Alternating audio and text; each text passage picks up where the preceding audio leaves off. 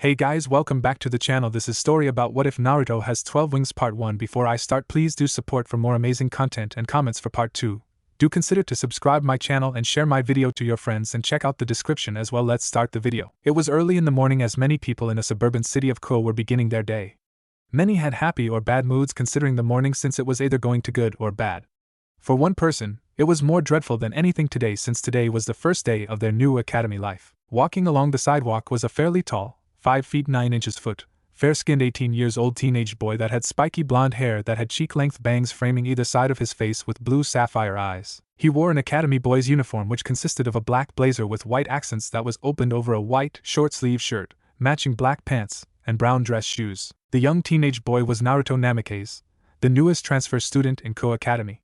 He was recently transferred to the academy by his guardian since he thought it was a good idea for him even though Naruto doesn't want to. Arriving in front of the academy gates, he quickly gained attention from all of the academy students, mostly from the female students which he is used to, that were trying to get to class before the late bell. Naruto is a very handsome young teenager, and while his clothing kept his body hidden from view, he has a lean, muscular, toned build that many young men would want, six-pack abs. As he walked into the academy building, his thoughts were running a mile a minute on his current predicament. He went to his assigned class where he was greeted by the female teacher where she told him to wait outside of class where she would introduce him. Alright class, before we begin with today's lesson I would first like to welcome new student. Please introduce yourself, Namikaze-san. The woman introduced as Naruto slid the door open and walked in towards the front of the classroom. Hello, my name is Namikaze Naruto. I hope we can get along, Naruto said as he introduced himself with a slight bow. Accepting the introduction, the female teacher looked back at her class. Thank you for the introduction, now where to seat you, where she scanned her class before finding a seat, there an open seat next to Himejima-san. The teacher pointed out. The moment Naruto heard that name, his mind instantly halted from everything else as his eyes scanned the room until he found who he was looking for. She was young pale-skinned beauty with a buxom figure. She has violet eyes and long black hair that was tied into a ponytail with an orange ribbon that was kept in place while two antennas that sloped backwards. Regaining his composure, Naruto thanked the teacher before heading towards his assigned seat. Sitting down, the young beauty turned towards him. She looked at him with a polite smile. Hello Namikaze-san, my name is Himejima Akino. Welcome to Ko Academy. Greeting him. Normally, Naruto would be pleased with the greeting, but he could tell from her eyes that she was looking at him with both rage and anger. It's a pleasure to meet you to Himejima Akino, Naruto replied where she him a curt nod before turning back to the teacher's already began lesson plan. Naruto sighed since of all the people he could have met today he didn't expect he would meet her again. I bet anything that he did this on purpose. I'm so going to kick his ass, Naruto thought as he tried to pay attention to the teacher's lesson plan. I'm so gonna kick that old bastard's ass. By the time I'm done with him, God wouldn't be able to tell his face from his spleen, Naruto thought as he made his way to his penthouse apartment. After suffering an entire day of classes, which felt like an eternity, he finally made it back to his leisure home.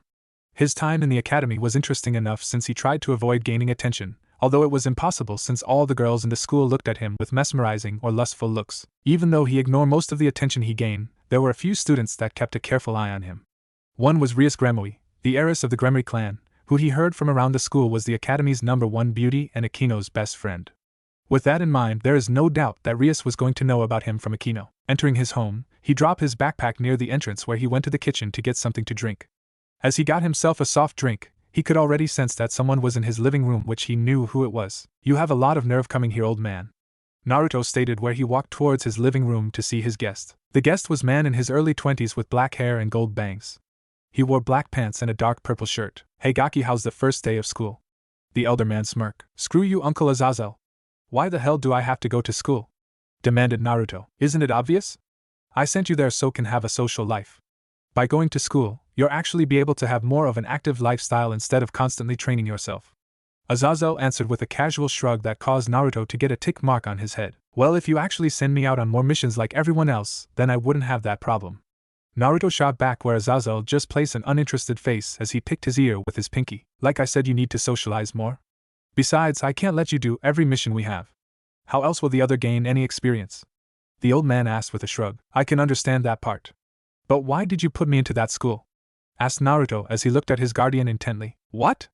Don't tell me you don't like the school. Azazel innocently asking Naruto, which earned him a glare. Oh, cut the crap. You know what I mean. You knew that she would be there, yelled Naruto where Azazel grew a serious face. I believe that it's about time you two reconcile with each other. It's been what? 8 years? Azazel asked the young blonde where he deflated. I would like nothing more to be friends with her again, but she clear wants nothing to do with me or with any of us for that matter.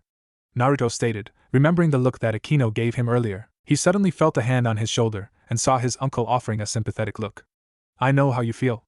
I love Akino too. Like you, I saw her like she was like family to me. I miss the good old days when you, your parents, and I would spend our days having fun with her and her parents. It's been years since you two have spoken to each other. However, you shouldn't give up since you two were the best of friends when you were children. A friendship like that would never go away completely. She may say that she wants nothing to with you, but I know that there is still a part of her that still sees you as her friend, even if she doesn't want to admit it. Azazel explained where Naruto remained silent after hearing his uncle's words. Naruto looked at Azazel straight in the eye. Do you really think that it's possible for us to be friends again even after all this time? Asking the older male in the room. Well, it's not going to happen if you don't try and talk to her, will it? Besides, if you're still worried about that, then don't. You've already mastered it from what I can see, so you shouldn't be afraid of it now. This is why I sent you to the school, since it's no better place to talk to her, since the both of you will have to act like normal students instead of supernatural beings. Azazel stated with a smirk, causing Naruto's eyes to widen. That's the real reason you enrolled me into that school? To help me reconcile with Akino? Asked Naruto in shock. You may believe that you hide it well, but I know for a fact that you've been missing her. Things have slowed down, so I thought this would be the best time to try and talk to her. He explained to Naruto, which caused him to smile. Huh, and here I thought you were doing this to just piss me off. Admitted to Azazel, where he looked back at his guardian, only to feel a sense of dread when he saw the gleam in the man's eyes. So tell me, has little Akino-chan grew into a hottie like her mother? Azuzek asked, where Naruto blushed as he remembered on what Akino looks like now. He couldn't deny that Akino has grown into a beautiful young woman, where any guy would be lucky to have her as girlfriend or wife. Naruto growled as he yelled at his uncle for being a pervert. I'll take that as a yes, Azazel said with a goofy grin on his face. This is truly one of my greatest plans. Two childhood friends who used to be inseparable have been forced to drift apart from each other due to a tragedy that both suffered, only for them to reunite years later where their bonds are reformed and romance blooms. Where he suddenly put his left arm over his eyes, crying anime tears, when Naruto's face continued to grow redder with each moment. Shut up. Get a life, you old pervert, shouted Naruto with an embarrassed look on his face. Oh, what's wrong? I thought you'd be glad for this since you used to have such a huge crush on Akino-chan when you were young, Azazel stately said with a confused look. And Nanny? What the hell are you talking about? The young blonde shouted with a fluster. Looking confused, Azazel looked at the young boy before he put on a smirk on a knowing face. Oh, I see, it's completely understandable, he stated. Understand what, you old pervert? Naruto asked warily. You're just not ready to settle down with one woman yet. Azazel nodded in a sage-like manner. Naruto face planted on the floor at his uncle's statement. It's perfectly understandable. Even though Minato was your father who was completely satisfied with just one woman, you're still very young who likes to explore the opposite sex a lot more. I should know since I was young as well, where I became quite the ladies' man. In fact, I've had a couple of harems in the past. All he said before Naruto gave him a punch in the face. I don't want to hear about your playboy days, you pervert, Naruto shouted as his eyebrow twitched in annoyance. Oh well, enough fun with that. I just thought that sending you to school was something that both your parents would want you to do. Now, since I can see that you're alright after your first day, I can leave and attend a meeting, said Azazel as he goes outside to the balcony to take his leave. Huh, what meeting? Why wasn't I told about it? Naruto asked. Oh, one more thing. Getting Naruto's attention as he was on the balcony. There's someone in your school that I want you to keep an eye on. Naruto asked on who it was, which Azazel answered, Issei Hayadu. He's a second-year student that I believe to possess a sacred gear. Where Naruto to slightly widen his eyes a bit. Really? So what do you want me to do? Asking his guardian. Nothing much, just observe him, Azazel said before leaving. Naruto sighed as he couldn't believe the day he had. First he started off school, then met up with his childhood friend that despised him, and finally deal with Azazel's sacred gear obsession. He put everything in the back of his head as he decides to get something to eat. Co-academy, a cult club. In Gothic-like room, several people were inside doing whatever activity they were doing. Among them was Akino, who was deep in thought, mostly about seeing someone from her past. Her thoughts were interrupted when she heard her best friend talk to her. You seem rather interested in this Namikaze Naruto, Akino. You've kept an eye on him all day. Why is it? Asked the redhead girl with bluish-green eyes. It's nothing. Namikaze-san was someone I knew a long time ago, Akino casually explained. Really? I don't think I've ever met him before. Fraumria, since Akino was her best friend for years. She basically knew everyone Akino had met. You haven't, Namikaze-san and I used to be friends before I met Yubucho, the raven-haired beauty explained. Chances are that he knows that I'm a devil. At the very least, he knows I'm a supernatural being, she admitted. This got everyone by surprise, with Rias and the other two occupants in the room, a young short blonde-haired boy and blue eyes wearing the academy uniform for boys. The final member was a young girl with silver hair and hazel eyes. Really? How does Naruto-senpai know this? Asked the blonde boy. Since he was young, Namikaze-sen always had a high sensing ability. Heck, I couldn't even sneak up on him when we were young. Akino explained. If he knows you are a devil, then he'll know about the rest of us. Rias asked with a raised eyebrow. Akino was silent for a bit before answering her question. If he's anything like he was in the past, then he already knows. Even if he didn't, he's a smart boy when it came to things like this, and won't make assumptions until he has any evidence that proves if it's either right or wrong. Interesting, is he human? Rias curiously asking her raven hair friend. Akino looked at her friend as she answered her. Only half. His mother was a full-blooded human, taking a moment to let everyone digest the information. His father, though, is a fallen angel. That caused the room to go silent at the mention of a fallen angel, since fallen angels are their greatest enemies for a devil. The silvered-haired girl looked at Akino with a monotone look. Is he a threat? Asking with curiosity. Akino thought for a few moments, getting her thoughts together about it. She then looked at everyone. If you want my honest opinion, he's not a threat. If he's still the same as he was back then he won't strike unless he is strike first. Devils, angels, fallen angels, Namikaze-san doesn't care about that kind of stuff. Finishing explaining to them with a small smile on her face, since that was one of the things she liked about him. So we don't have to worry about him? The young blonde asked. Like I said, he will mostly likely leave us alone unless we make the first move. Akino replied. That's good to hear. For now, we will just keep an eye on him, but if he really isn't a threat, then we'll leave him alone. Rias said, where the others agreed with her. Just before the meeting could end, the youngest member of the group looked at her senior, Akino-senpai, with her emotionless tone. Yes, Kaneko-chan? Replied Akino. You said earlier that his father is a fallen angel. Who is his father? Kaneko asked. This got everyone's curiosity, since Akino hasn't told them on who's Naruto's father. Akino looked at them with a bit surprised look on her face before she smiled at them. I didn't say? Where the others shook their head negatively. You fufu, how silly of me. Unfortunately, I don't remember who his father's name was, but I do know that he had only 2 sets of wings. Akino stated. Rias and the other nodded about it, still a little worried, but knew that it wasn't much of a threat to face since Naruto's father was a low-class fallen angel. Before they could relax, Akino did say something else that got their nerves shaken. But his godfather is Azazel. Akino finished explaining. That got them to worry a lot since they know who Azazel was, where Akino just laughed to her hand as she brought it up to her mouth from the looks that everyone in the clubroom had. Ko Academy, roof. It's been 3 days since Naruto started attending Ko Academy as a senior student. He was currently lying on the roof, deciding to skip his last class, as he gathered his thoughts together on what has happened recently to him. First thing first, his thought about Akino. Not once, in the last 9 years, has Naruto forgotten about her, as he always wondered if she was alright, as well as remembering the promise he made to her, which he frowned about it. He could still remember the day that he first met her, closing his eyes as he recalled his memories. Flashback. It was early afternoon as a family of 3 and their single friend were heading towards a house that was located near a shrine. As they walked towards the home, a little boy, no older than 6 years old, followed his parents while curious about something else. Ka-chan, where are we going? The young boy asked. The boy's mother looked down at her little child with a smile on her face. The boy's mother was a young beautiful woman, early to mid-20s, with a slender yet feminine build. She has fair skin, violet eyes, and fiery red hair with strands that framed both sides of her face and a black clip that parts her hair to the left, keeping it out of her eyes. She wore a simple blue dress that made her look more attractive. Well, Naruto, we're going to see an old friend of ours. The young mother answered, where she gestured towards her husband and Azazel, who walked alongside them with his hands in his pockets. A friend? Naruto tilting his head to the side in confusion. That right, an old friend of his met a woman where he moved here a while ago.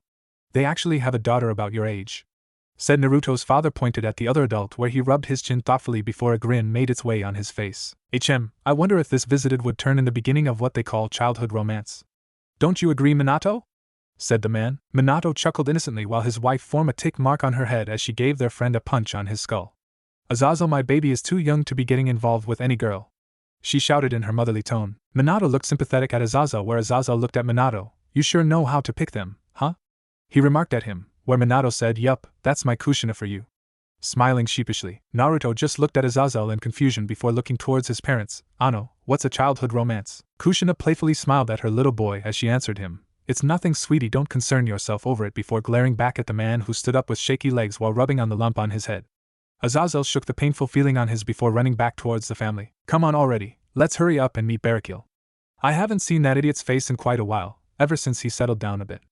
I'm kind of curious to see on whose his wife is since she snagged him, Azazel said as he walked alongside the family, which Minato nodded his head in agreement, since he was curious since Betrayal's wife was also an old friend of Kushina's. After walking a bit more, they reached their destination, which was expected to see in a living corridor that was next to a shrine. Kushina knocked on the front door where everyone waited for the people living in it to respond. Waiting for a few seconds, the door opened to reveal a beautiful woman, about the same age as Kushina, who had long black hair and violet eyes. She wore a simple black shirt and jeans that showed off her figure.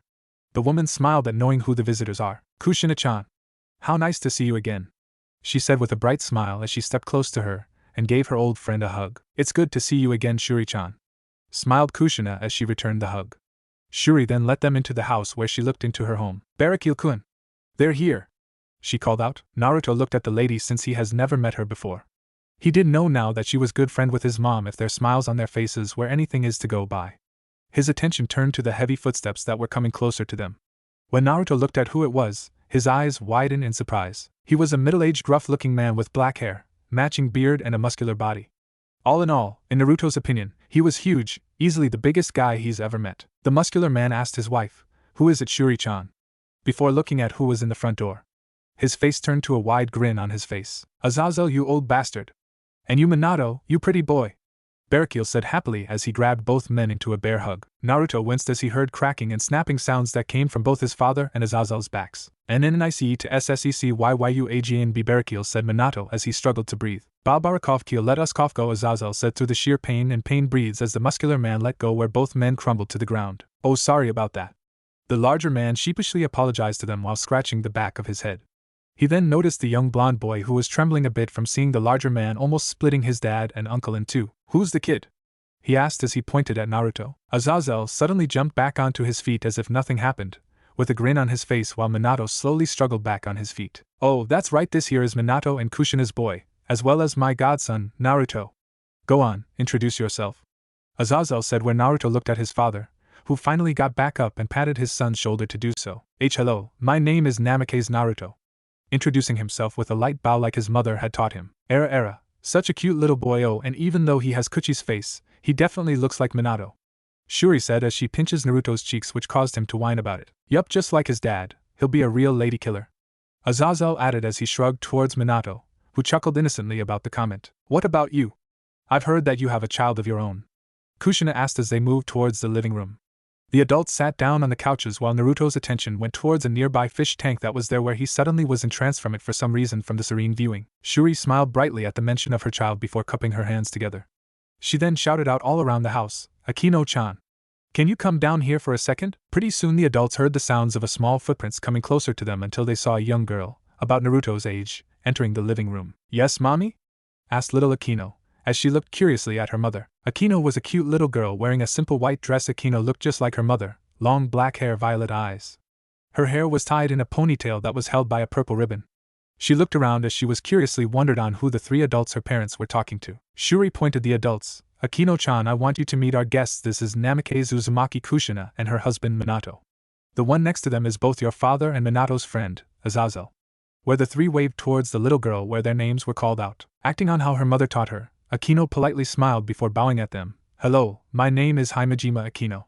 It's nice to meet you," she greeted them. "What a polite young lady," Kushina commented before turning towards her son, who was enthralled with the fish tank. "Naruto, come over here and introduce yourself." Naruto didn't respond at first where his mother called out to him again.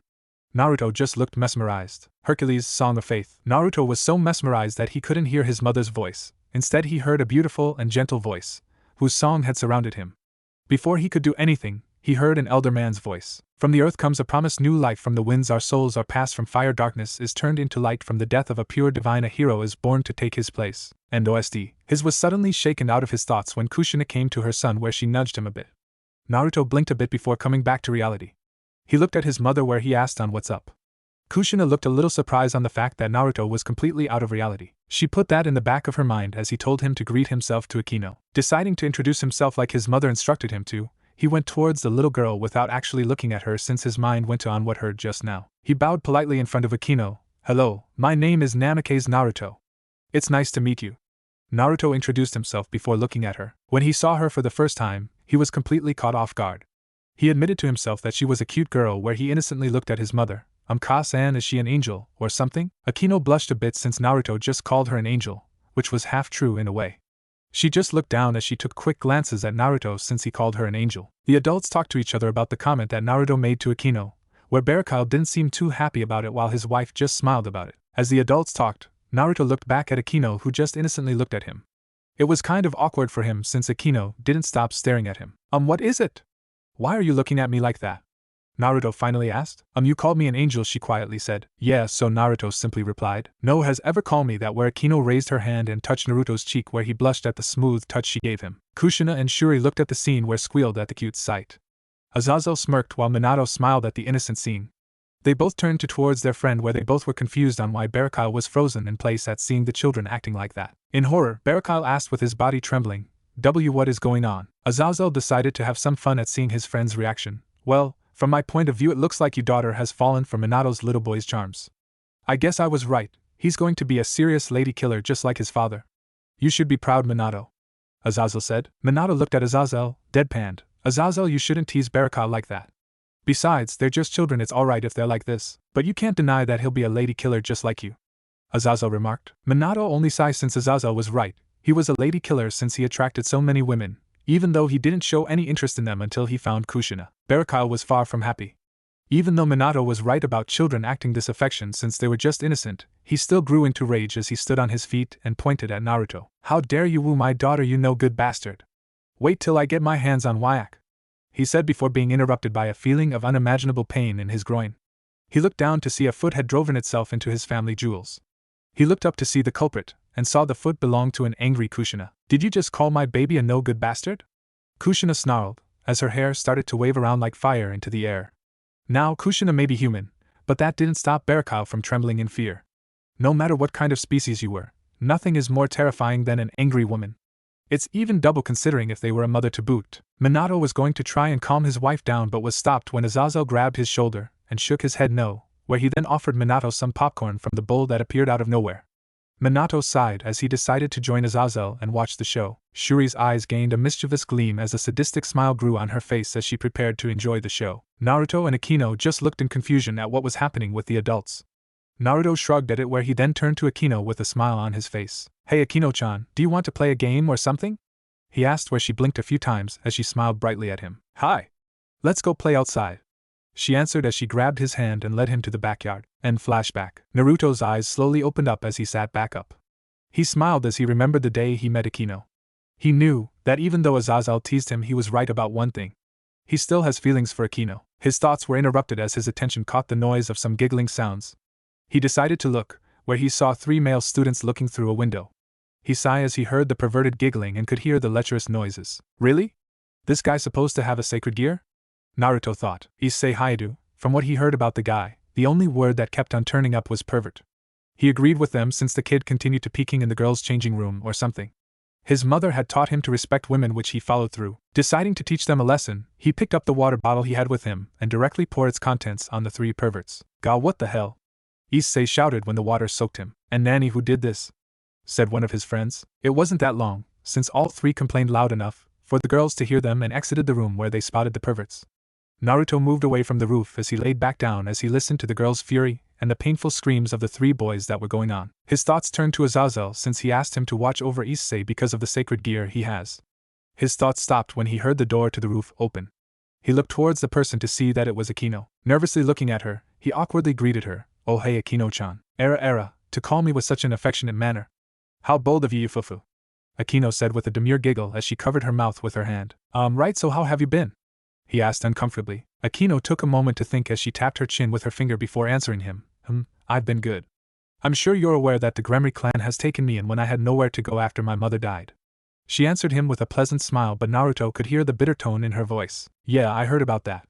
Naruto replied as he remembered the day when he heard the news. You know you could have come to me and my family, right? We would have taken you in with us without hesitation, he stated, and stay with the reason my mother died. She replied as his smile not falter in the least. Akino-chan, you know it wasn't our fault. Naruto remarked. Really? Because from what I remembered it was my no-good father's fault. He knew how my mother's family felt about him being with her, yet he still left us to defend ourselves. He was the one who made so many enemies that they outnumbered us and killed her, while I barely escaped. She said as her smile never left her face but her eyes grew cold. You making it sound like your father should have been there every minute of every day, but you know that's impossible. Barakal loved Aunt Shuri and he still loves her as well as you. He said, but she seemed to ignore his words. And then there's you. You promised me that you would always be there when I needed you the most.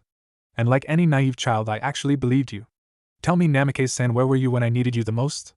She asked as her smile left her face and looked at him with a frown. Akino-chan, you have to believe me, he started but was stopped as Akino interrupted him. I believed you once and look how that turned out. I ended up on the run as a young child and would have died if not for Bucho and her family. She said, shaking her head a little where Naruto sighed in frustration as he ran his hand through his hair. Akino shook her head a bit. But I didn't come here to take a walk down memory lane. I came here because Bucho would like to speak with you. Bucho? Naruto replied with a raised brow. Gremry Rias, the president of the Research Occult Club. Now if you would please follow me, I'll show you the way.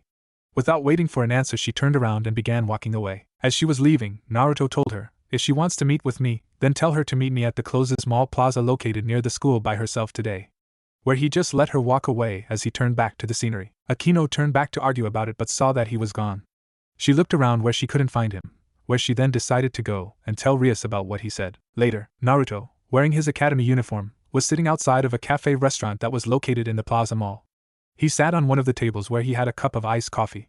Issei placed his backpack right next to his feet as he read a file of an old Grigori report mission. The reason he was reading an old mission report of the Grigori was because he was looking for certain types of clues that would lead him to the truth about his past, a past that involved his father. As he continued his research, outside the plaza, Rias was at the entrance with her peerage.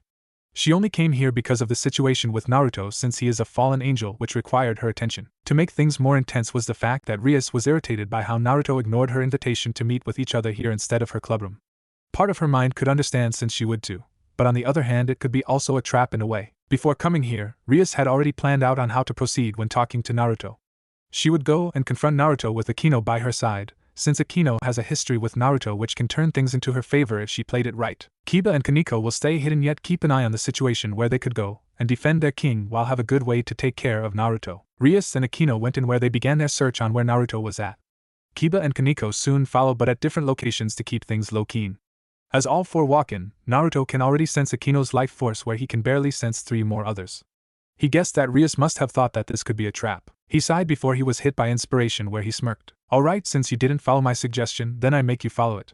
I wonder how they'll both react when they are outclassed, thought Naruto. Naruto quickly put his things inside his backpack where he placed it on his seat. He went to the public restroom that was next to the cafe shop where he went in and began his little task with Kiba. Kiba walked casually through the crowd where many young women caught him in their sight. He ignored their gazes since he was on mission right now, where he needed to be as secretive as possible since he might have to fight a fallen angel in order to protect Rias. As he moved along, he had no idea that he was being set up. Kiba moved through the crowd where he bumped into a man wearing a jacket and a cap that kept his face hidden.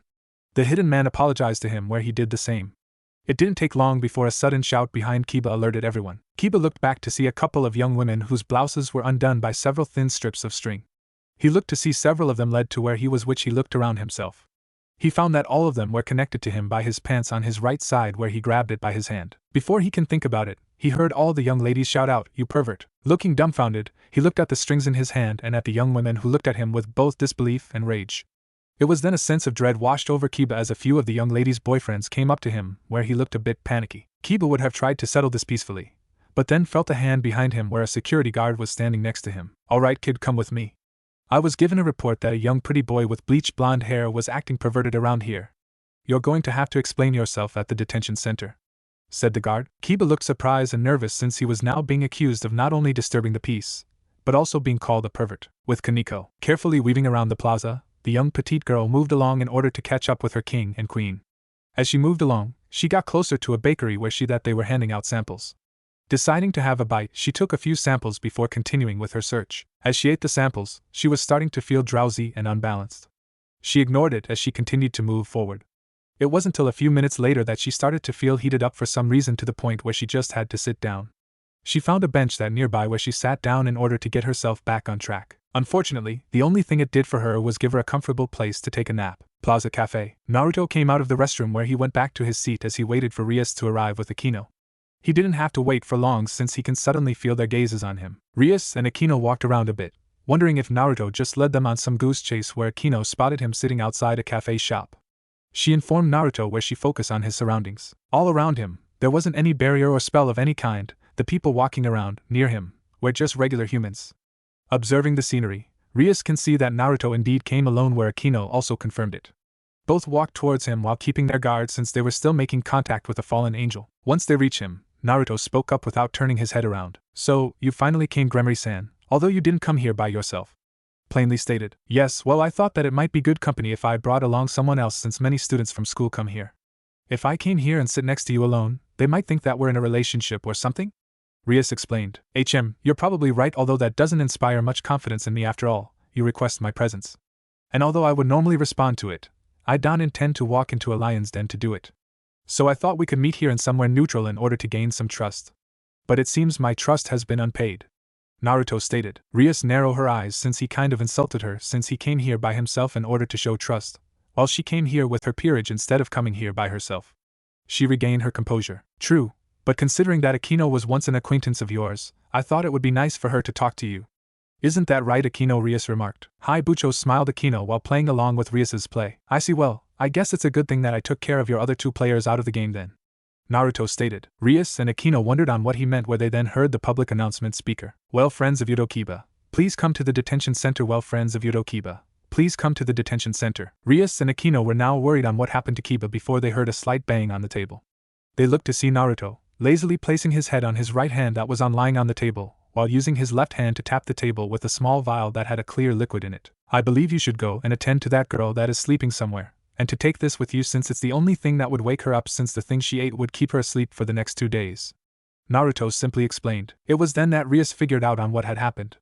In no time at all, Naruto simply took care of her small peerage without raising his power or using some kind of spell or something. Rias turned back to Akino. Akino, you go and help Kiba. I'll go and check on Kaneko. Where Akino agreed. Before they could leave, they heard Naruto speak up to them. If you leave now, Gremory-san, then any talks you want will stop here. Rias looked a little peeved, but before she can retort, Naruto plainly said, why don't you let Akino handle it since she can leave and handle the situation with the other two, since the only person I want to talk to is you, Gremory-san. Here, use this on that Kaneko girl since it would take us several minutes before the contents of the vial will wake her up. Plus, it isn't safe to leave a young girl like that by herself now. Making Rias look at him with surprise, Rias figured out his game plan. He asked for her alone, which she didn't since she brought Akino and her few peerage members. Naruto figured them out, where he took care of the two of them, leaving only Akino to help handle the situations by herself. And with Akino no longer by her side, Rias was now alone in order to deal with Naruto, just like he wanted. The red-haired beauty bitterly agreed, where Akino took the vial and left to get Kaneko before helping Kiba. Now by themselves, Naruto started the conversation with her. Now Gremory-san, what is you wanted to talk to me about? Asked Naruto as he viewed Rias' figure. Rias looked a bit displeased about her current situation, but quickly regained her composure, where she looked at Naruto with her smiling poker face. Yes, you see, I'm kind of curious about on why a fallen angel, of all beings, would come here in a devil territory? She asked. Honestly, I had no idea I was attending school, or better yet, getting sent to a school that was in devil territory. Naruto honestly explained. Really? Rias replied, being a bit skeptic. Yeah, I had no intention of going to school at all, Naruto lazily said, taking a moment to sigh. That was until the old man threw me a uniform and told me to the academy that he directed me to. Naruto finished explaining. Old man? Rias curiously muttered out. And who is this old man, your father? She asked. Nope, Azazel, since unlike him I actually respect my father. Naruto replied. Azazel, huh? Rias muttered before smiling a bit. From what I heard, that sounds like something Azazel would do. Naruto then looked at Rias. So is that all you wanted to ask me? Yes, Rias quickly replied. We just wanted to make sure you were not a threat. With that settled, I'll take my leave since I need to regroup my peerage, Rias said with a smile. Naruto nodded before he quickly told her, thank you. Rias was curious on what he just said, which she questioned him about. Thank you for what? I didn't do anything for you, Rias remarked. It's for Akino, thank you for taking her in when I couldn't. Naruto replied, where Rias can see it in his eyes that he still cares very deeply for her best friend. Rias smiled at him. Your thanks are unnecessary but appreciated. I don't know the history between the two of you, but I can see that you care for her. When Naruto nodded in agreement with her. Even though I'm curious, I won't pry because it concerns only the two of you. So, she hasn't told you? Naruto asked, earning a nod from the redhead. No, I wasn't even aware of your existence until yesterday, Rias explained. Naruto nodded since he doesn't know on what to say. Well, since our little meeting is over with, I'll be heading off, he announced. Very well. Have a pleasant evening, Rias said as she decided to head off to find her peerage. Before she can walk away, she heard Naruto. Even though you don't know our past, I still know that you're curious. So I'll at least tell you this, but don't tell her about it. I promised her that no matter what that I would protect and take care of her. But getting Rias' full attention, sometimes in order to keep a promise, you must sometimes go against what you want, and do what's right for the person you made it to. And it wasn't as I didn't want to find Akino, it's because I couldn't. Naruto explained, where he then started to walk away, leaving Rias dumbfounded in thought. To keep a promise, you must sometimes go against what you want to do what's right for the person you promised to. What could that mean? Also, he did want to find Akino. No, he wanted to, but couldn't it? Could something have happened to him that prevented him from going after her? What could it be? Rias questioned as her curiosity was piquing. It was around this time that Rias spotted her peerage coming towards her, where she decided to honor Naruto's request on not telling Akino about what he just said to her. She saw that they were coming from the direction that Naruto was leaving. Naruto had his backpack over his shoulder, where he saw Rias' peerage with Akino walking behind them. Naruto moved around the two while Kiba and Kaneko looked a little upset at him since he took them out without even trying. He then walked closer to Akino, where she simply kept her demeanor. As they were about to pass each other, Naruto stopped where he spoke to her, Akino-chan getting her to stop, where her attention was now towards him, while Kaneko and Kiba continued to walk further away from her, not knowing on what's happening. I know that you want to ignore me, forget about me, be angry at me, you can even hate me for all eternity, but know this, keeping his face away from her, no matter what, I still consider you my most precious person. If you ever need anything, even if it's of last resort, don't hesitate to call. Naruto finished telling her on what he still felt about her. Akino turned around, eyes slightly widened, where she saw Naruto once again continue his leave. Kaneko and Kiba looked at their king to see she was seeing something behind them. They turned to see that Akino was further away, where they saw her looking at Naruto's destining back. They then saw Akino turn back around, walking towards them with her usual smile plastered on her. Rias decided to regain both Kaneko and Kiba's attention, since the relationship between Naruto and Akino is private to them. As she explained on what happened, Akino had her own thoughts, where unbeknownst to everyone else she lowered her head that shadowed her eyes. She bit her lower lip as she remembered Naruto's parting words to her. No matter what, I still considered you my most precious person. She remembered hearing those same words before when she was young. Don't worry, Akino-chan. You're my most precious person. I'll stay by your side and protect you.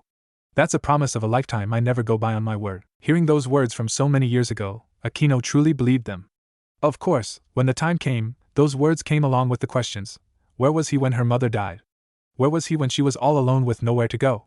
These were questions she once wanted an answer to, but now she didn't want to know. She made her decision years ago and would stick with it, which she believed it was the right thing to do.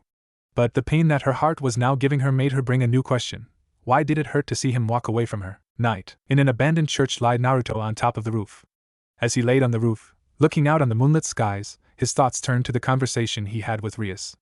After his conversation with her, Naruto continued on with his school life, where he met up with Akino a few times but never got a real chance to talk to her, and when he was able to have some words with her, she would respond with a few curt words before going on her way. But even though it was short, he can tell from his encounters with her that she was deep in thought about something. He decided not to pry into them since it was something she needed to deal with herself. His mind then turned to his mission that Azazel gave him, the mission that involved Issei. Following his orders, Naruto had kept an eye on the second-year student, which he quickly got bored from it since it always ends up the same thing, his affections towards. Seeing the boy making comments about every time with his friends or seeing him peep on and get beat up by girls eventually started to annoy him. Of course, he did learn something about the kid which made it somewhat easier for him to watch over. Issei didn't like him. He can guess that it had something to do with him getting the majority of the academy girls' attention, especially after the last couple of days he did his training exercises and such. Flashback. It was early morning as the students in Ko Academy began to enter the school for another day of lessons. But for those that came early, they began their day training on their athletic abilities such as running or other sporting events. Naruto is one of these people where he did both his kung fu and Shaolin training. He has been training in the martial arts for the past 10 years, where many would see that he's a black belt. There was a reason on why he trained in the martial arts. His main focus is so he can continue to get stronger, both physically and spiritually, since he wanted to find out the truth about his father, which was still a great mystery. Currently, Naruto was practicing in an open area near the tennis court while wearing only a large sleeveless black tank shirt, baggy cameo pants and sneakers. Naruto has been in Ko Academy before sunrise, where it showed given the damp sweat that covered his shirt. He was so focused on his training that he didn't notice the group of his female admirers that were gazing on him with either admiration or lust. His admirers looked upon him as a very dedicated individual who was honing his skills. Those who were lusting over his training wondered on what his body felt like, since he had a body that any woman wouldn't mind on feeling it with their hands. 300 The movie. As his female admirers looked on, there were those that eyed him with different reasons. One was Ria, since she can see that Naruto was indeed a strong individual given how well-toned his body is. She even admitted to herself that she even found him attractive. Akino, who stand next to him, also had the same thought that Ria has, while she remembered that in the past, she would catch Naruto practicing his karate lessons. Finally was the male students who saw Naruto's training getting the female student body's attention. Among them was Issei, where he and his friends along with many other guys looked at Naruto with hatred or jealousy since Naruto was getting all the action. And flashback. At the end of the day, he saw many guys trying to show him up where he either pranked them or he would ignore them completely while also getting letters for dates and such. He put his thoughts about his academy life in the back of his head when he felt a familiar presence approaching him. When the presence was close enough, he stood up, dusting off the imaginary dust off his pants. About time you got here. I was beginning to think you stood me up, Mai-chan. Greeting the person that was now behind him. TCH, quit complaining, I'm right on time.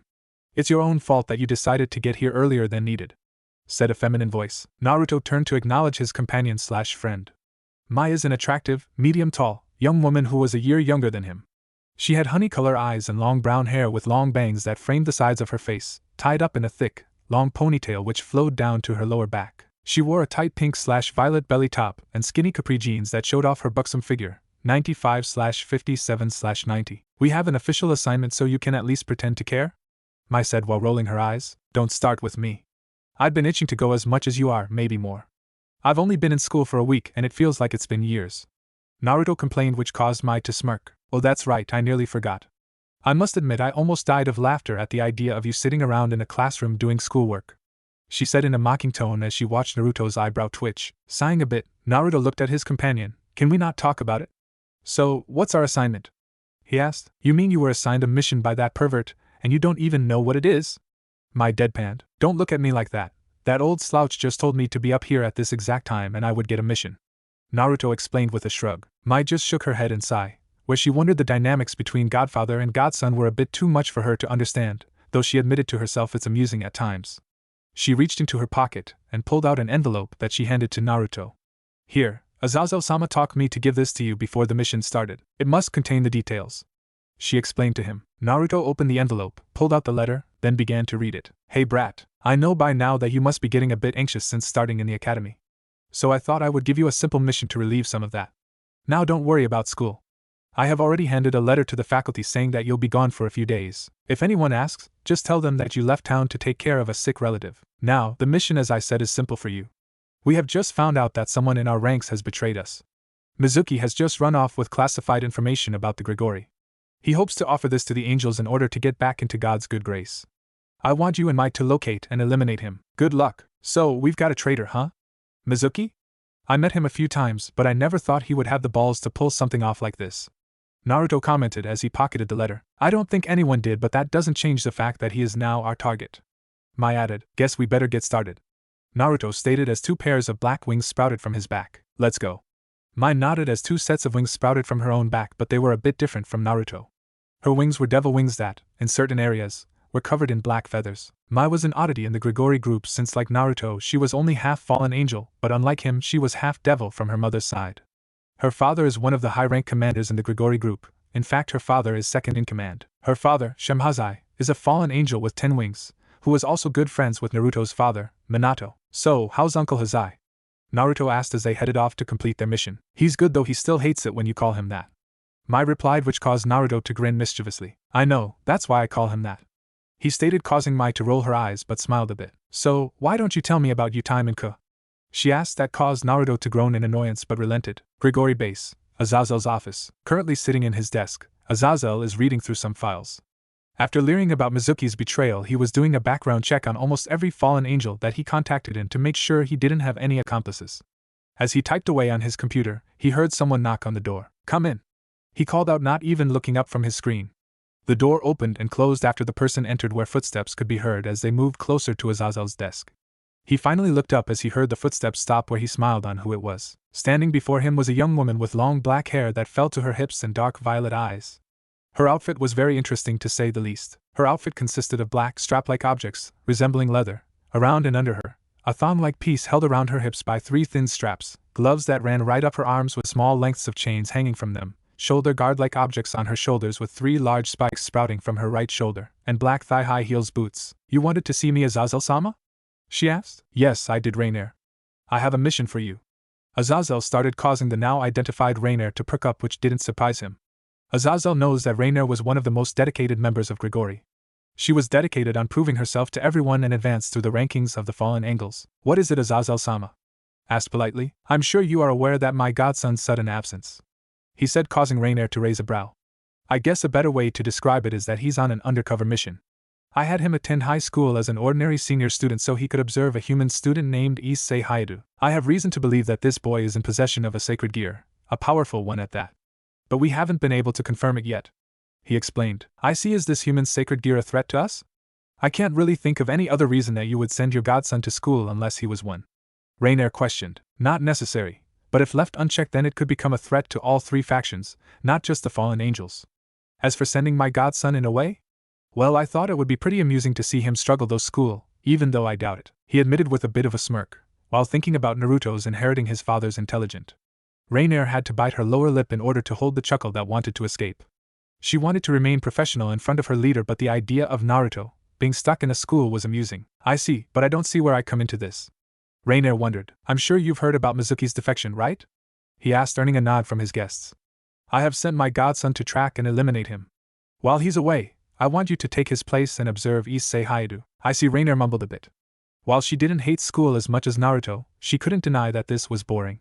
Plus, she was basically being told that she would be babysitting some human boy she'd never met before. Seeing her reluctance, Azazel decided to pull out his trump card. If you would do this, not only would it help me but it would also help out Naruto as well. With a smirk, since he knew that many young female fallen angels were trying to get close to Naruto since he was one of the most attractive male member, as well as one of the most promising in the Grigori. Mentioning Naruto's name did the trick because the frown on Rainier's face immediately lifted where she blinked a bit before sighing. Azazel knew he won, since if Rainier wasn't trying to raise her ranks then she was trying to please and impress Naruto. Fine, I'll do it. Is that all, Azazel-sama? She asked, where the leader of the Grigori thought about it before shaking his head. No, that's all, he said, causing her to nod. Very well, I'll be on my way, she said, bowing before leaving Azazel's office. Once she closed the room behind her, Azazel looked back at the computer screen in front of him. Alright, now with that taken care of, time to get back to work. On the off chance Mizuki is able to hand off the information, we'll need to step things up a bit, Azazel thought as he reached into his drawer. He pulled out two plain-looking folders and placed them on his desk. One of the folders had evil pieces written across it while the other had brave saint written across it. Cracking his knuckles, he opened the folders and continued his research. 2 nights later, it was night as Naruto and Mai tracked Mizuki at an abandoned warehouse before sighing in annoyance. Really? He's here? Why does he have to be so cliché? I mean, really, what is it about abandoned warehouse that is so appealing that make people always feel the need to hide out in? Should you really be talking? We usually use abandoned churches as bases, Mai pointed out. Churches aren't warehouse, Naruto shot back. You have an answer for everything, don't you? Mai asked sarcastically. I try. Naruto shrugged before looking back at the warehouse. Let's just get this over with. Why? Do you have a test to study for? She taunted. Not really, it's more like a boring subject that I already studied before, Naruto replied. That's got be boring, Mai remarked. You have no idea, Naruto muttered where he stalked towards the building as Mai closely followed. They paused at the door where Naruto debated on which way to approach. He shrugged as he decided to go for the direct approach. He kicked the door down, which it crashed onto the ground. The sounds of collision echoed through the building. So much for subtle, Mai muttered as she followed Naruto inside. Mizuki, where are you? Come out wherever you are, you bastard, Naruto shouted out as he cupped his hands around his mouth. Do you really think someone on the run would really be that stupid that they would reveal their hiding spot? Mai asked incredulously. So Azazel decided to send 2 brat after me, huh? A voice shouted from the room that caused Mai to gape. Like I said, he's really cliché. The few times I met him, he never passes off a moment to gloat, and this is no different. He would gloat like a villain in a situation like this, Naruto casually explained before the two jumped apart. Embedded in their previous location were a few shurikens made out of green light. So, you were able to dodge that, huh? Then, why don't you try this? Mizuki shouted out as another wave of green light shurikens soared through the air from another direction. Naruto rolled his eyes as he shifted his body around to dodge Mizuki's attack. Is that all you can do? Attack from the distance while you hide in the dark? No wonder you defected. A coward like you has no place among us, taunted Naruto. Don't be so rude, Naruto. He can't help it if he's such a scaredy cat, Mai added. Shut up. Mizuki roared throughout the room as he jumped out of his hiding spot to reveal a middle-aged man with shoulder-length silver hair. He was wearing a sleeveless green shirt and light blue jeans. See, what did I tell you, Mai-chan? He's such cliché character. Taunt the guy a bit, calling him a coward, and what does he do? He comes out into the open to try and proves us wrong, Naruto said with a smirk. Okay, I admit. I apologize to you, Mai replied. Stop mocking me, you brat. We'll see who has the last laugh when I kill the two of you, Mizuki roared as he raised both his arms up with his hands opened. Suddenly, two large shuriken made of green light appeared before tossing them at the two fallen angels. Is this all he can do?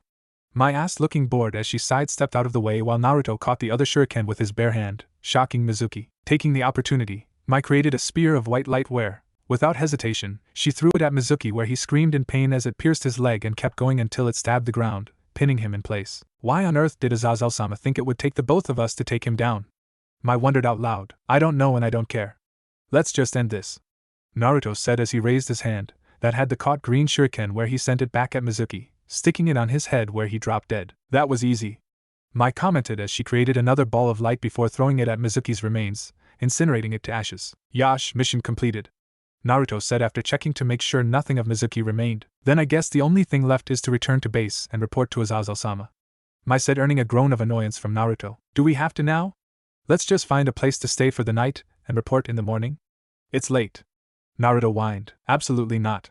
We're supposed to report back as soon as possible after completing the mission, frowned Mai. Oh, come on. The old man won't care about it. If it would make you feel better, we can tell him that it took a bit longer than expected, Naruto suggested. He really wanted to sleep right now and didn't feel like traveling or giving some report at this time of night. He would use his own special technique to go home, but he would only use it for emergencies only or in high-rank battle. Are you trying to tell me that you want us to lie on our mission report just so you can get some sleep? Mai asked, glaring at him, but he didn't seem to notice. Yes, Naruto instantly answered. Is it that unreasonable? Yes, Mai shouted, smacking him in the back of his head. Honestly, how can you be so irresponsible? She asked while massaging her temples. It was silent for a few seconds before Naruto spoke up. So are we going to find a place to sleep in for the night? Mai said no, which Naruto continued to pester his friend before she finally agreed because of his childish behavior. After their little debating, Naruto and Mai looked for a place to crash for the night. During the time, he held a grin on his face since he loved to annoy his friend so much. Her reactions were always entertaining, and the best part? He gets another day off from school. A day earlier, Issei Hayadu couldn't believe on what happened. Recently, he was asked out on a date by a really cute girl he has never seen before. Given who he was, he jumped at the opportunity to get a girlfriend and said yes to date with her. Yuma Amano, that was the girl who asked him out, where it seemed like they were getting along great. They spent the day talking, laughing, and Issei was confident that his first date was turning into a big success. They decided to end the date at the park as they watched the sunset. That's when things turned downhill, where it all started when she asked him a question. Would you die for me? And that's where things changed. The sweet girl who was standing before him suddenly transformed. Her outfit changed from a black dress and light purple top into a revealing dominatrix-type outfit. But the most distinctive features were the black wings that sprouted from her back, where the next thing he knew he was stabbed in the stomach with a strange spear of light. He had no idea that this was how his day would end, but here he was now, lying in a pool of his own blood. Thanks for the date, Yuma said before flying off into the sky. Is this really how I'm going to die? Issei thought as he coughed up more of his blood. He weakly raised his hand. OTC, it was drenched in blood. All this blood, it's so red, just like Ria-senpai's hair. He thought while thinking about Ko Academy's #1 beauty. Ria-senpai, if I'm going to die, I wish it was nestled between your. He closed his eyes as his life slowly drained out of him, so he didn't see a glowing circle appear on the ground near him. The circle's glow increased until Ria's Gremory appeared out of it.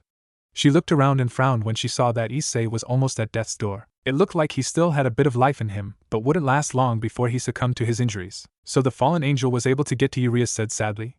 But I can't help but wonder if Naruto is somehow involved in this. If she were honest with herself, she would say no. From what she heard from Akino, this was not something he would do, and the brief conversation she had with him only furthered that thought. But still, she couldn't help but be a bit suspicious. Naruto, a fallen angel, just shows up around the same time she notices Issei. Then he doesn't show up to school for a few days, where another fallen angel comes and does this. She quickly shook those thoughts away, where she brought her attention back to Issei's condition. She decided to think about Naruto later, since right now, she had someone to recruit into her peerage. After her attack, Rainier flew through the night sky until she reached her destination. Unlike Naruto, she doesn't have an apartment somewhere in the city, so she was staying at an abandoned church. The moment she entered, she was greeted by the sight of 3 other fallen angels. How'd it go? One of the girls asked. She was a young, tall, buxom woman with long navy blue hair that obscured her right eye and had brown eyes. Her outfit consisted of a violet, trench coat-like top with a wide collar, matching miniskirt, and black-heeled shoes. The trench coat top was opened at her chest, giving view to her cleavage. She also wore a gold necklace around her neck. I took care of it, Calawarner, she answered. So you killed him? Another girl asked. She had blonde hairstyle and twin short side ponytails with a large black bow on top and blue eyes. She wore black Lolita dress with white frills, a large black bow on the front, and a green jewel embedded on the collar, white thigh-high socks, and black shoes. Yes, Rainier simply answered. Was that the right choice? You were told to watch him, Calawarner reminded. True, but we couldn't forget about his sacred gear. The boy was very simple-minded. Any of the other factions could have easily tempted him by just mentioning to him, and he was too easily manipulated, so he would have done more harm than good if he joined our group. It was safer to get rid of him now before the other factions could get a hold of him. Rainier explained. I suppose so, but if Azazel-sama is displeased with this, then I'm blaming you. Calawarner said. Relax, Calawarner, said the only male of the group. He was a middle-aged-looking gentleman with short black hair and dark blue eyes. He wore a pale violet trench coat over a white dress shirt with a matching ascot, black pants, black shoes, and a black fedora. I'm with Calawarner on this. I don't want to get in trouble either, said the blonde girl. You too, Middled? Said the man, rolling his eyes before smiling at Rainier. Don't worry, Rainier. I'll stand by your side no matter what. HM. Rainier hummed, not really paying attention to him, causing him to hang his head in defeat. Donasek sucking up to Rainier. Why am I not surprised? Calawarner said sarcastically. It's because he in love with Rainier, but she doesn't pay any attention to him. Middled said, hopping up and down, earning a glare from Donasek. If he was more like Naruto-sama, then maybe she would pay attention to him. At the mention of the blonde fallen angel, Donasek scowled hatefully. Speaking about Naruto, what are we going to do about him? Calawarner asked as she looked at Rainier. What do you mean, what are we going to do about him? Why do we have to get him involved in this? Donasek asked bitterly. Because when he returns and finds out that the kid he was supposed to be watching over is dead, he'll want answers, don't you think? Explained the blue-haired woman. You're right. I have no idea when he's supposed to return, so I guess I'll have to wait here so I can tell him on what happened. Rainier sighed while also thinking on how she can try and get closer to him. TCH, why do we have to tell that bastard anything? Donasek sneered. Because he's the boss godson. Middle answered. He's a higher rank than us. Calawarner added. And this was originally his mission. Rainier finished explaining where Donasek tried to think of something to say but couldn't, so he turned away with a scowl. Rainier sighed as she saw Donasek walk away. Whatever, I guess all we can do is now wait, she said. A day later, Ko Academy. Naruto was resting on a bench as he was deep in though. The reason was because something had happened while he was gone, something that he was able to figure out. Flashback. What do you mean you don't remember her? Naruto heard someone shouting as he walked up a set of stairs at Ko Academy. Looking up, he saw that it was Issei Hayata who was yelling at his two perverted friends. How can we remember someone we've never seen before? One of the perverted trio asked with a shrug. If you're going to lie, then you may as well make it more believable. There is no way that you could have gotten a girlfriend. The one with glasses added. What do you mean you've never seen her before? I introduced you to her yesterday. Here I have her number and email address, he said as he opened his cell but paused. What the where is it? He silently muttered out. It was at the moment that Rias walked by and her eyes landed on Issei for a few seconds before narrowing them when they landed on Naruto. To him, it looked like she was trying to figure out something about him, but what? She already knew he was a fallen angel, so what was she trying to find? Without as much as a word, she walked by them as Naruto stood there trying to think if he imagined things. And flashback. Was I just imagining things? Naruto asking himself. And then there's Issei. The look on his face says he was telling the truth about this girlfriend, but no one seems to know this Yuma person. But the really problem would be on why I sense Issei as a devil, instead as a human being. What has been happening when I was away? Thinking out loud. Era, you know what people say about talking to yourself, it is a sign of insanity, said a familiar voice that Naruto wasn't surprised to hear. Or sign of genius, since there's a thin line between insanity and genius. Naruto replied back to Akino as he turned to look at her. So what can I help you with, Akino-san? Asked Naruto with a bit of hesitation. Bucho was just curious about something, she asked as Naruto raised his brow. Then why didn't she come here to ask me herself? Confusingly asked Naruto before backtracking. Not that I don't enjoy your company or anything. While thinking, despite how awkward and tense it could be at times, Akino looked at him straight into his eyes as she asked him. She wanted to know if you had anything to do with the fallen angel that killed Issei Hidadu a few days ago. Nani? Naruto simply replied, dumbfounded. So you don't know? Akino asked, tilting her head. No, I just got back to town yesterday evening. Wait, you said that Issei died but he was here in school. Wait, did Rias resurrect him into her peerage? That would explain on why he felt like a devil than a human when I saw him, he asked Akino as he wondered the possibility. Akino was caught by surprise by Naruto's analytic skill on figuring out on what Rias done to Issei. She decided to tell him on what happened with Issei. You're right. Bucho did resurrect him after his date with a girl that was a fallen angel. Her name was Yuma Amano, where at the end of her date, she stabbed him through his stomach with a light spear and left. It was around that time that Issei unknowingly summoned Bucho, where you figured out the rest, she explained. Naruto thought out to himself, Yuma Amano, huh?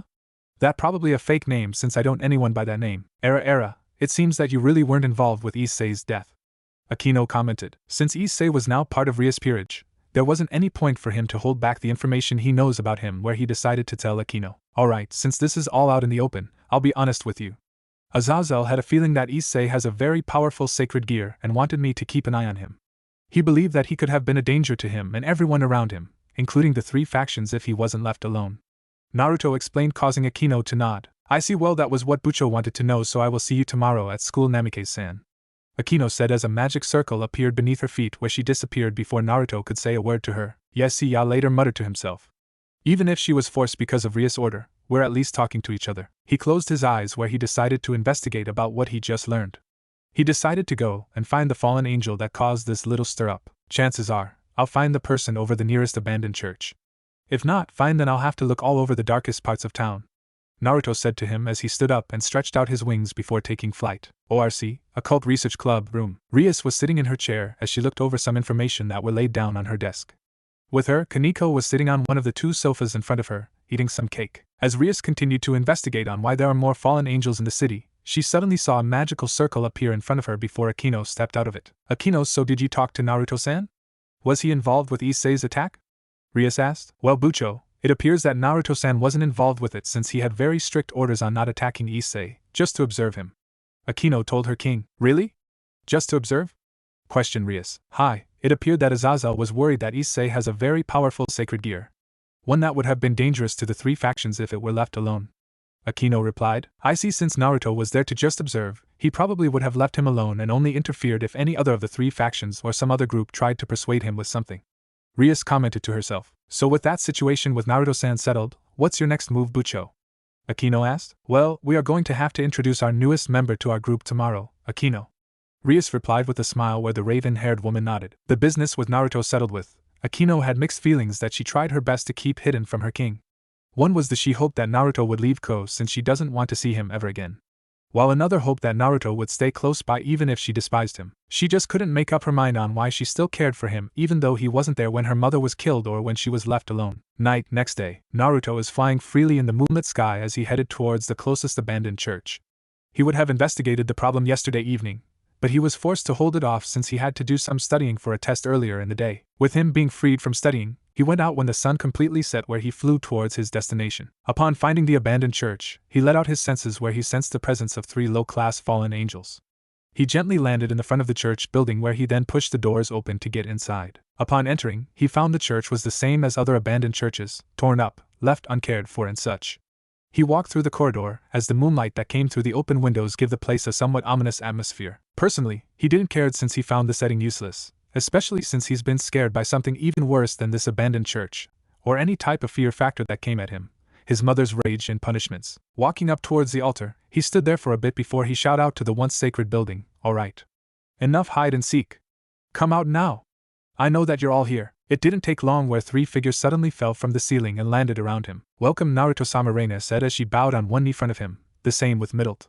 Danasik stood up and just glared at the boy in front of him since he didn't like seeing Naruto's face. Naruto turned around to see his fellow member where he recognized them. Rise up, unlike Azazel, or any of the other higher-ups, you don't have to bow to me, Naruto simply stated. Middle just bounced around a bit before she sat on one of the benches while Rainier stood up and acted professionally but could see a small smile and a hint of pink on her cheeks that indicate she likes seeing Naruto in front of her, especially on what he's wearing. Naruto was dressed in a black shirt under a black jacket with golden lining around the hems and gray pants with steel-tipped shoes. Danasik saw Rainier's reaction towards Naruto where he snarled silently since he has been trying to get Rainier affection for the past 2 years. For future reference, Naruto is 18, Rainier 19. And Danasik is late 20s to early 30s look but is actually a few centuries old. Big age gap, right? Once seeing them, Naruto decided to get the ball rolling here since he needed answers. Alright, now, on to business.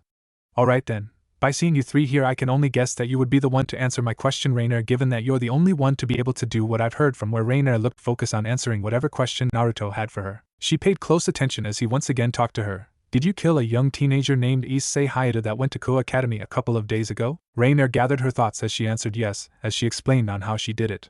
Once it was over, Naruto sighed where he was about to explain to her on what the result of her actions has done. Just as he was about to explain, all their attention was soon drawn towards the entryway where they all saw Calwarner quickly coming in.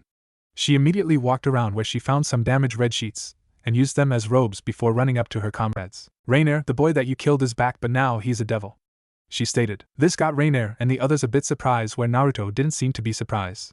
It took a moment before Calawarner noticed Naruto was in the group where she slightly bowed towards him. Naruto-sama excused my entrance since my attire was damaged from the bit of fight I was just in. Calawarner, what fight? Who managed to strip you like that?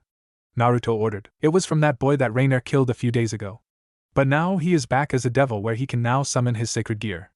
Calawarner answered. This got everyone by surprise where they all heard Naruto sigh while he thought, this is going to be a bit of a headache. Once he took a few breaths he looked at all of them before putting his attention on Rainer. Rainer, can you tell me what your orders were? With a commanding tone. Rainer was a bit hesitate before she recalled on what Azazel wanted her to do. Azazel-sama orders were that I were to keep an eye on Issei Hayadu until your return from your other mission. And did you follow those orders to the letter or did you do something else? Questioned Naruto. Well, sort of, since Azazel-sama said that his sacred gear might be a danger to us. And from the way I saw from the kid, he could have been easily manipulated by any other group. Rainer sheepishly answered. Naruto sighed again before explaining his concerns. Well, you should have just followed those orders since you didn't know that the devil that is in charge of this territory was interested in him. In fact, you gave them the excuse they needed in order to add him into their group. The others looked a bit surprised since Rainer's decision just complicated things for them. Before anything else could be said, Danasik spoke up. Now, don't be so hard. Even though the situation has changed a bit, it doesn't mean we can't correct it now, he sneered mischievously as he summoned his light blade. Naruto narrowed his eyes at Danasik. No, don't you go near him or any of their comrades.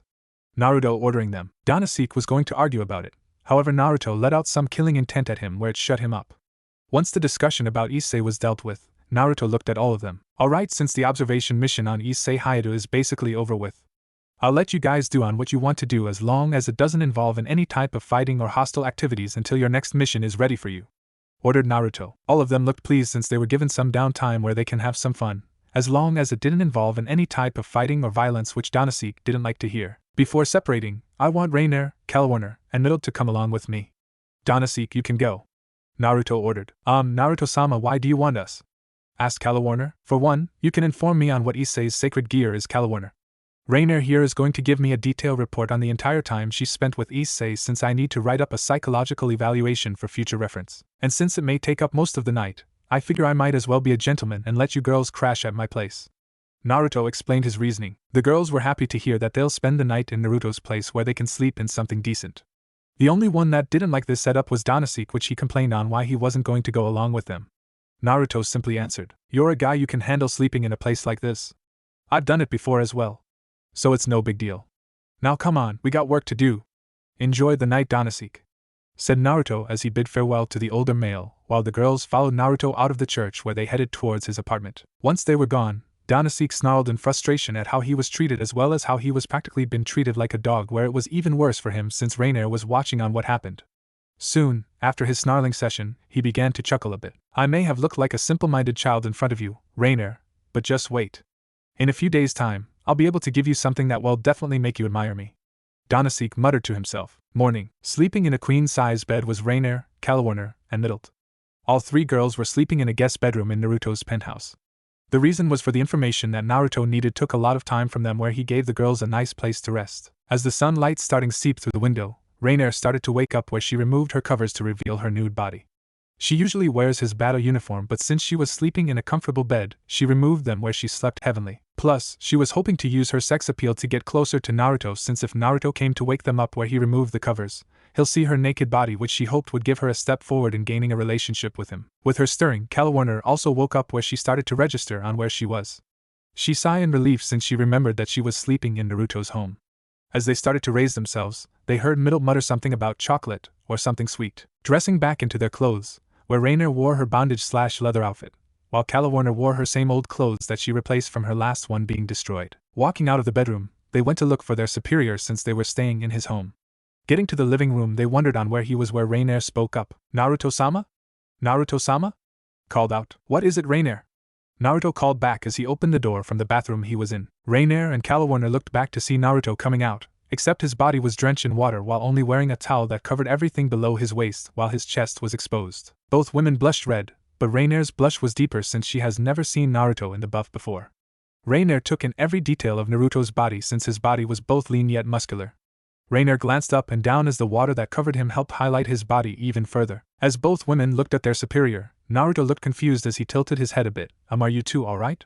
Asking his fellow fallen angels. Returning to reality, Calawarner looked at Naruto and acted professionally in front of him. Hi Naruto-sama, we were just wondering if you need any other assistance or anything like that. Naruto shook his head at her question. No, you two gave me everything I asked for. You two, along with Milt and Danasik, can enjoy your time off until I or any of the higher-ups contact you for another assignment. Responded to her. With that, Naruto went to his room where he put on his academy uniform. As he prepared to go to Ko Academy, he turned his thoughts onto what he learned last night. From what Calawarner explained to him, Issei's sacred gear is a red, armored bracer with yellow accents and a green jewel on the top the palm area, while his fingers were covered. After getting both reports from Rainier and Calawarner, he stayed up all night to write down a psychological report so to keep on record, since Azazel was curious about sacred gears and their users. With the information about the sacred gear, he spent the rest of the night to look for it from the Grigori database where he has yet to find it. He decided to put that off for now since he has to focus on another day of school. Once he was ready, he left his room where he went to Ko Academy for another day of classes. As he was leaving, he said his goodbye to the girls and told them on not leaving a mess in his home, where they agreed. Leaving his home, Rainier and Calawarner left to wake Middle since Danasik had told them earlier that he has something planned where he was sure it was something that they would like. Out of curiosity, they decided to go back to the abandoned church since they wanted to know on what he was planning. Late afternoon, Naruto was returning to his penthouse after another boring day of school. Like the beginning, nothing uneventful has happened. His talks with Akino began and ended with only a few words. But even though it was few, Naruto can see that she was affected by something. He thought that it might be him or something else. He would have probed more but decided to respect Akino enough to leave her thoughts alone. Reaching his penthouse, he walked in where he placed his school bag next to the door. Making his way towards his living room, he finally sensed the presence of a familiar presence. He walked in to see that it was Mai, sitting on his couch, watching TV and eating pizza. Mai turned around when she sensed that Naruto was behind her, where she gave a saluted gesture. Hey, Naruto wants some pizza. Naruto looked at Mai, deadpanned at her. No thanks. Out of curiosity, why are you in my home? Asking his friend. Oh, I thought it would be nice to visit your place since I'll be living here for the time being. Mai answered, where Naruto did a spit take. I'll come again? Naruto asking again. You heard me. I'll be living here thanks to my father's orders. Mai once again answered. Okay, bye. Why are you living here? Wondered Naruto. Mai's calm tone changed into a snarled one as she looked at him dead in the eye. It's because of you that my dad decided that I should spend my time at school like a regular teenager, just like you are. I could be out doing some important mission, but no, both mom and dad said that it would be a good idea to act like a girl than a warrior. Puffed Mai. Okay, but that doesn't explain on why you are staying here? Questioned Naruto. It was Azazel's suggestion. He told him that he sent you to Ko Academy to live like a normal teenager and have a social life. He told Dad that sending me to Ko not only give me a social life, and since you live near it, that I should live with you since I'll have a place to stay, but also I have someone that can protect me if I ever need it. Like hell I need protection. Puffed out Mai. Naruto sighed and grumbled about his godfather actions has struck again. He decided to let it go for now since he has more important things to do. As he was about to leave to go into his work office, he looked at Mai once again. I'll talk to you again later, but right now, I got work to do. So enjoy the night. Oh, you mind saving me some pizza for later since I might want a snack? Naruto said, where Mai replied at waving her hand in the air while answering yeah. Focusing on the other things, he went to his desk where he focused on figuring out Issei's sacred gear since he wanted to be accurate in his report. From what he was able to gather, all signs point that his sacred gear was just a regular one, but knew that he shouldn't judge a book from its cover. It's because of that reason that he felt that Issei's sacred gear was actually something else, something that he can sense that agitated him since it could be the result from his partner's agitation. As he continued his work, he had no idea that something else was brewing before him. Midnight. As the world slept, 3 figures were flying in the night sky as they landed on the balcony of Naruto's penthouse. Rainier, Calawarner, and Middle landed gently as they made their way inside their superior's home. They came back after helping one of Danasik's servants from a devil's peerage. Walking into the home, they continued with the conversation that they were having on what has happened tonight. I have no idea on what Danasik's servant was doing. Trying to take on group of devils by himself. Questioned Calawarner. I can sense that exorcist is a complete nut job. Even though he is a great fighter, he's just the weirdest person I've ever met. Middle stated. Yeah, but I have to admit that Danasik did acquire a very unique sacred gear from that nun he had gotten himself. Rainier commented. Personally, I'm kind of curious on what he plans on doing with the nun. He says he got plans on what to do with her but asked us to not tell Naruto-sama. Middle wondered. I don't care, however, if it gets me in trouble with either Azazel or Naruto. I'm putting the blame on him. Rainier explained. Calawarner and Middle agreed as they quietly moved along the home. They can see an empty pizza box in the living room while 2 drinking cups in the sink. They figured that Naruto got pizza and drank 2 different drinks during dinner and before sleeping. They decided to go to bed at the guest bedroom since it's been a long night. Morning. Waking up from the sun, Rainier got herself dressed in her regular clothing where she made her way to get some breakfast. She looked around to see that Naruto wasn't up yet and was probably still sleeping. She decided to politely wake him up since she wanted to be nice to him, but also to have some breakfast. Scouring towards his room, Rainier gently opened the door and quietly went into his room. When she was close enough, she couldn't help but blush at seeing his gentle sleeping face along with some of his chest exposed from the sheets. Reaching towards him, she gently nudged his chest, while making a mental note on how firm it is, as she woke him up. Naruto-sama, it's time to wake up. As she removed the sheets, where she then noticed something completely shocking. Rainier looked under his sheets to see that Naruto wasn't sleeping alone. Sleeping next to him was a young girl, same age as him, with long brown hair with bangs that framed the sides of her face. The thing that shocked Rainier the most was the fact that she was snuggling onto him, where she had her arm on his abs that was kept hidden from the bed sheets. Seeing this, she did the only thing that came into her mind. What the hell? She screamed. This got immediate response as Naruto awoke in surprise at Rainier's yell as he moved and fell out of bed. Mai also did the same as she spun around and fell off the other side of the bed. Grunting around, he got himself up where the blonde looked directly at Rainier. What the hell, Rainier? What's with the shout? Asking his female comrade. Rainier shakily pointed at the other side of the bed. Who is that sleeping with you? Asking the teenage boy. Naruto raised his eyebrow in confusion before looking at the other side. It was then that he saw Mai starting to rise onto her feet after falling to the floor. Mai, what are you doing in my bed? Blushed Naruto while asking his friend. Mai was wearing a large short-sleeved sports jersey as her pajamas. The shirt just barely passed her thighs while the top part showed a bit of her cleavage. It was cold last night, so to keep warm I slept with you. Mai replied. Why couldn't you just get a spare blanket? There was one in the closet of the room. Naruto pointed out. True, but sleeping with you is better. And besides, it's not like you're not used to sleeping with me given the times that we've been on mission together. Mai explained. Naruto sighed at Mai's explanation before looking back at Rainier, who still had a red face. Rainier, what do you want? Asked Naruto. Oh, I just want to wake you up so you won't be late to school. Rainier replied while keeping her true intent a secret. Oh, thanks. He said before looking at the time on his cell that was located on his sleep stand next to his bed. Ah shit, I'm late, he said before going for his academy clothes. He looked back at the two women before he left his room. We'll talk about this later. Leaving the two of them alone, Mai and Rainier looked at each other where the raven-hair woman glared at Mai. Mai noticed this where she looked at her confusedly before she smirked at the realization. You have a thing for Naruto-kun, don't you? Asked Mai. What do you mean? Rainier questioned. You know what I mean. In fact, I know that a lot of fallen angel women of our generation has a thing for him. So I shouldn't be surprised. Mai replied as she walked off to go use the bathroom. It was then that Rainier decided to ask some questions of her own. Wait a sec, who are you? And how do you know Naruto-sama? Questioned Rainier. My name is Mai, I'm the daughter of Shemhazai. Mai stated about herself. Rainier looked surprised since she knows who Shemhazai is, as he was second in command of the Juguri. With that, Mai unleashed her two black wings while holding back her devil power to show her ranking. With that, Rainier looked at Mai with a deadpan face while trying to show that she wasn't intimidated from Mai's presence. Before she can continue to question her, the brunette continued to speak to her. Also, if curious on how I know him. It's because he and I work together on missions sometimes. Said Mai. I see, Rainier replied. Yes, where Mai smirked at deciding to play with Rainier a bit. And because of that, it's not unusual for us to sleep together in the same bed. To tell you the truth, I actually sleep better while I sleep in his arms since he sometimes wrapped them around me, like in our last mission where we slept in the same bed together. Hearing his heartbeat as I lay my head on his chest was very soothing. Mai remarked where Rainier blushed at hearing her statement. Mai then left the room to freshen up since she needs to get some things ready as she has to finish her transcript in order to transfer into Ko Academy. Before she can respond, Rainier heard Naruto yell out into his home. Okay, I'm off. Mai-chan, don't do anything that will piss of the others in here. Naruto explained where Mai agreed. Once he left, Warner and Middle walked out of to see that Mai heading towards the bathroom.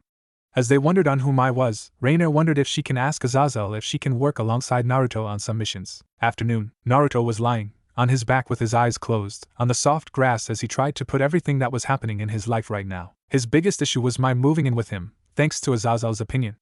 Another was on figuring out on what Issei's sacred gear. His other problem was Donasek since he got a bad feeling that he was up to something. Before he can try and guess on what Donasek was planning on doing, he felt a tensing gaze fall upon him from a familiar presence standing above him. Naruto opened his eyes to see that it was Rias Gremory. From his point of view, Naruto can see that Rias was upset/angry about something that involved him, or someone like him. As Naruto lay there, looking up at Rias, he decided to break the ice and asked her on why she was such a bad mood. Hello Rias-san, what's up? And why are you looking at me like you want to disintegrate me or something? Is it because I can see underneath your skirt where I'm having a good view of you, Black Thong? If it is, then it's not my fault that you're giving me a view. Smirked Naruto. Rias looked a little peeved about giving Naruto a good glimpse of her underwear, but decided to worry about that for later since she needed to know about something else. I'm actually interested to know about the rogue exorcist that I and my peerage encountered last night. Rias asked. Rogue exorcist? Naruto curiously asked. Yes, last night, Issei was doing a contract for Akino since she was busy with something else. Instead on performing a contract, he found himself in trouble against a rogue exorcist that almost killed him if we haven't intervened. I'm curious to know if you know anything about it.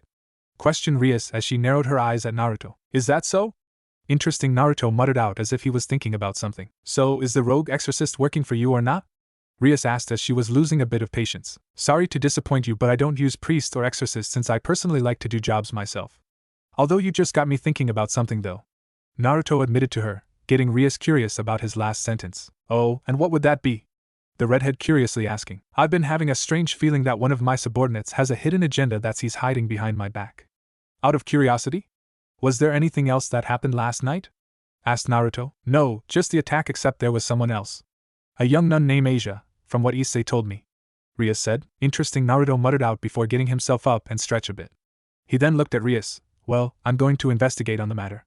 Personally, I don't know what any of my subordinates are doing since I ordered them on not doing anything that has to do with fighting or violence. So now if you excuse me, before I can deal with the issue with my subordinates, I got some work to do which would take some time. Naruto explained. After finishing his explanation, he unleashed his 2 pairs of black wings before taking off into the air.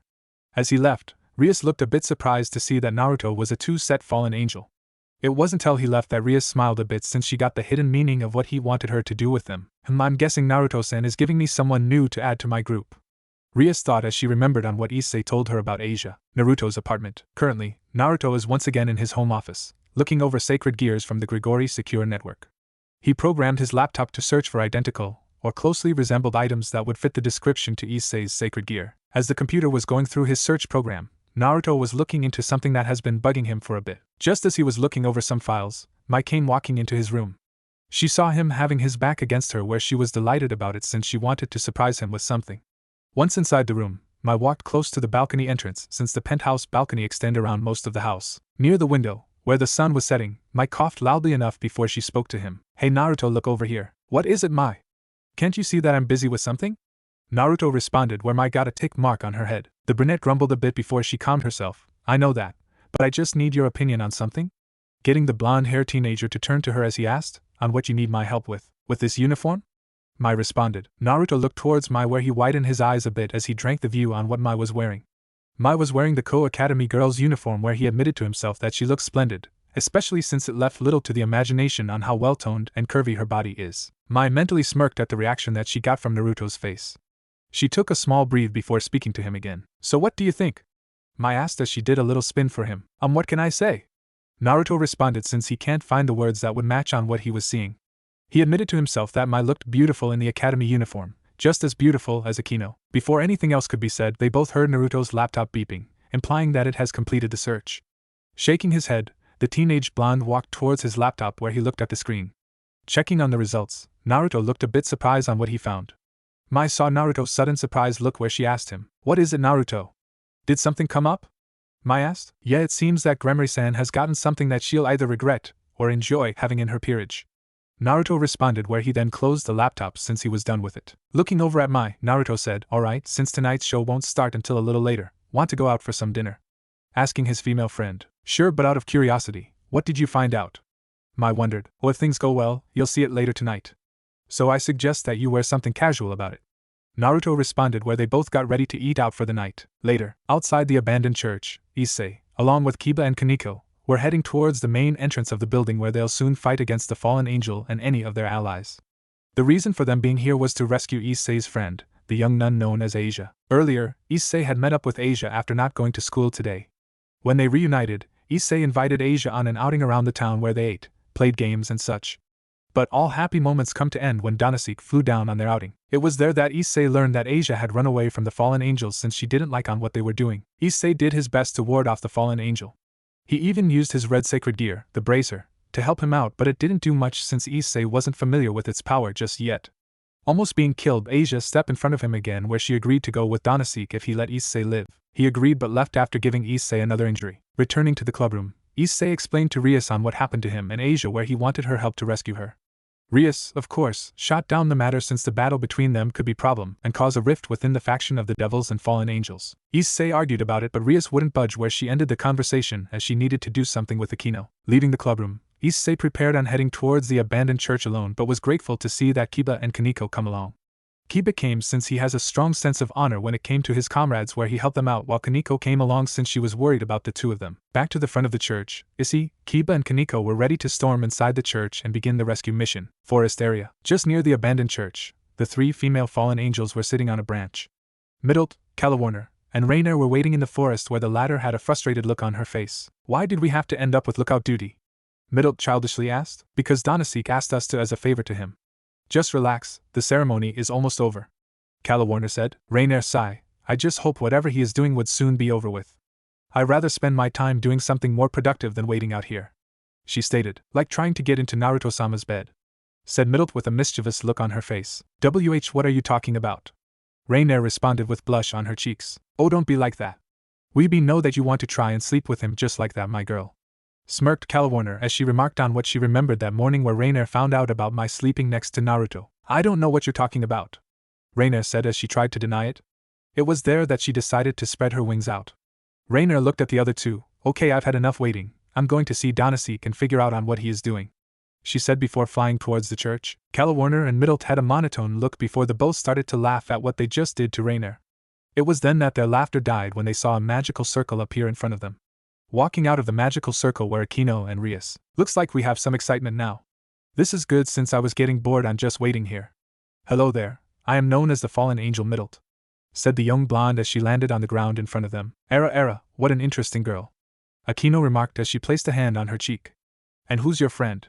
Asking the young-looking fallen angel. Calawarner, introducing herself as she landed next to Middle. Rias walked forward with an amused look on her face.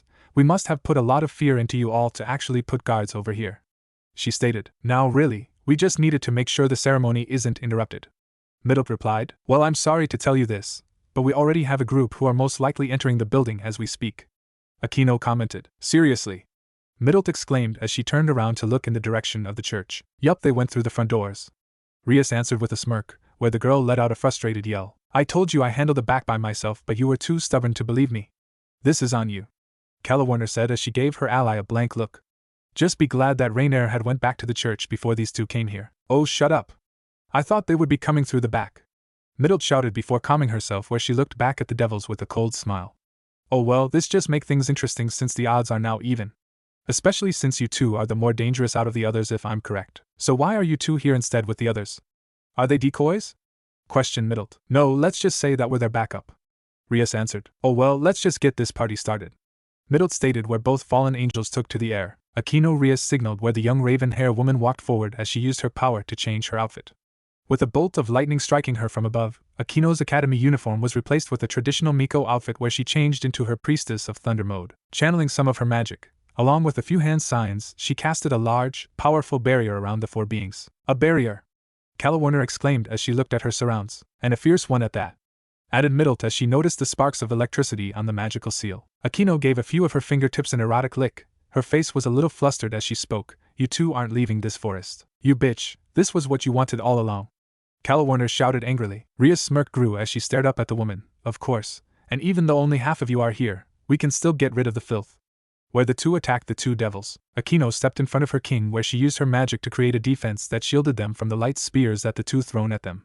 Middle and Calawarner were ready to throw another barrage of light spears at them but stopped when Rias walked forward. I won't forgive those who attack my queen.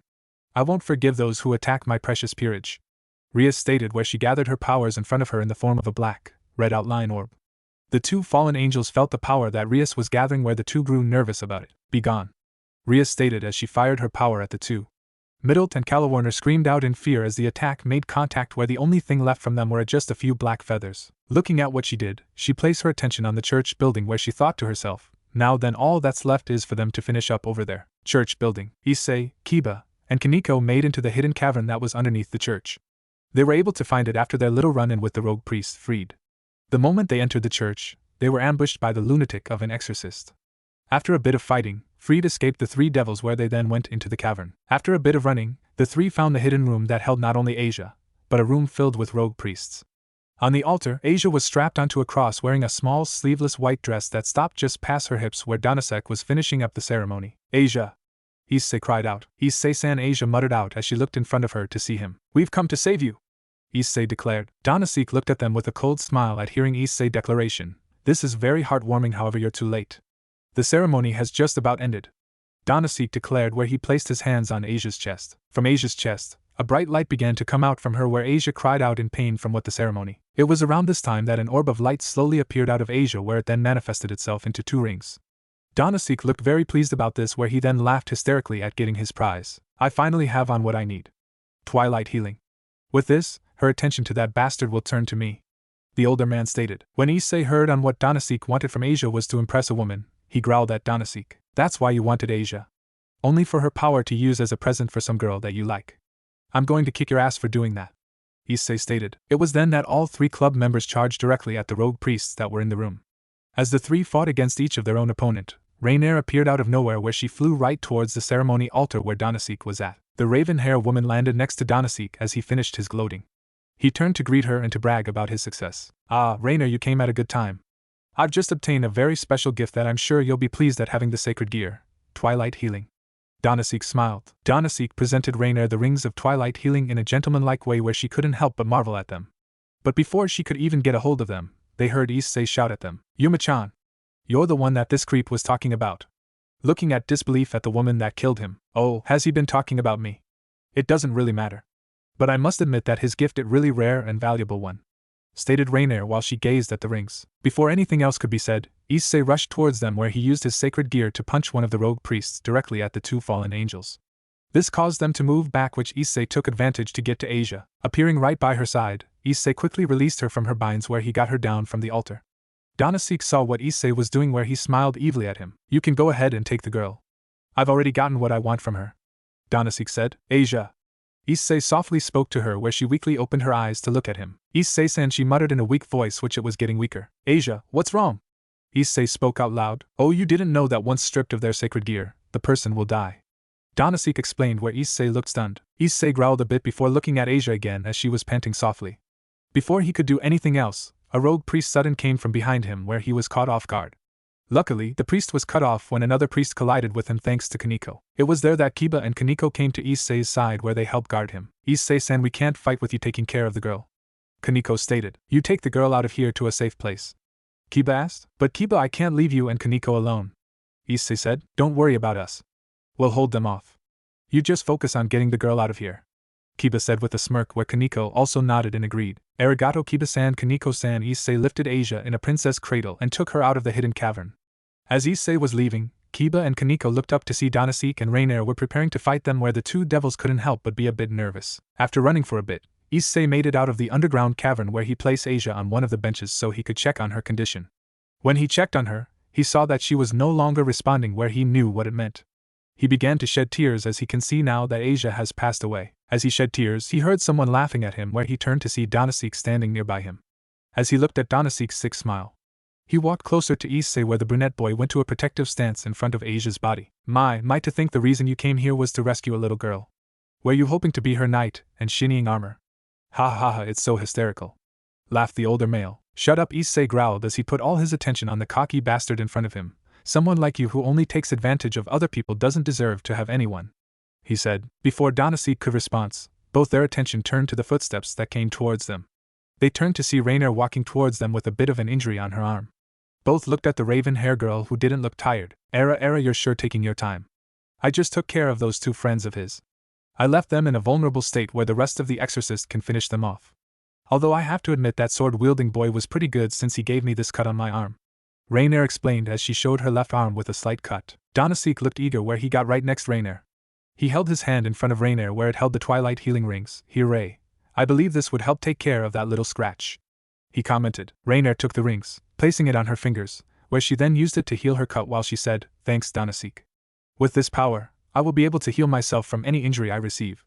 After all, I do want to look my best in front of him, Rainier stated as she had a blush on her cheeks as she imagined Naruto's face. Danasik looked shocked before he snarled out loud at what Rainier stated. He then went up to her with a questioning look. Rainier, why are you fascinated with that bastard? I was able to get you this extremely rare sacred gear, and yet you still have your eyes on him. What's so special about him that you can't see in me?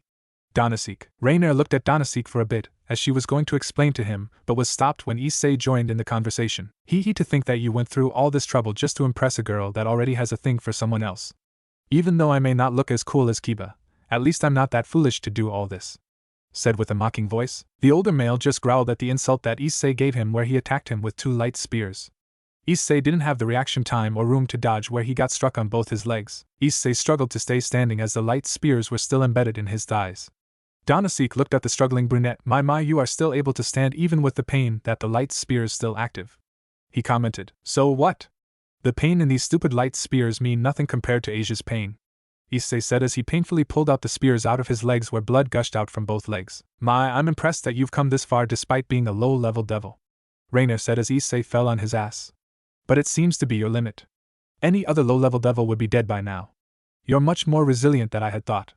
Well, in any case, we should leave now, Danasik, since it's getting late. Finish off the devil and let's go. She ordered. Danasik glared at her before he nodded in agreement. As Danasik prepared to finish Issei, the young devil muttered something to himself. Kami-sama, no, he won't listen to me. Mao-sama, listen to my prey. Issei said it louder where the 2 fallen angels looked at him. What are you talking about now? Has the pain finally made you go insane? Danasik questioned. I beg of you, I don't need anything else, where Issei, with great struggle, began to rise and stand on his own 2 feet again. Please give me the strength to make these 2 bastards cry. He cried out loud. Highschool DxD Ost, Saya Shalebi. When he got onto his feet, Danasik and Rainer were in disbelief. Rainer was the first to get out of the stun expression where she looked upon the brunette. He shouldn't be able to stand up. His blood should be zapped away from the light. There isn't any low-level devil who can just ignore off-light damage, she stated as both she and Danasik stepped back a couple paces as Issei moved closer to them with his devil wings spread out. Oh, it hurts, he responded as he glared at both his opponents. It fucking hurts, it feels like my body is going to blow itself to bits. However, the only thing I feel right now is the desire to fucking kill you. Issei shouted. It was there that the green gem on his sacred gear glowed brighter before it shouted out explosion, where only Issei could hear it. His bracer changed into a different form.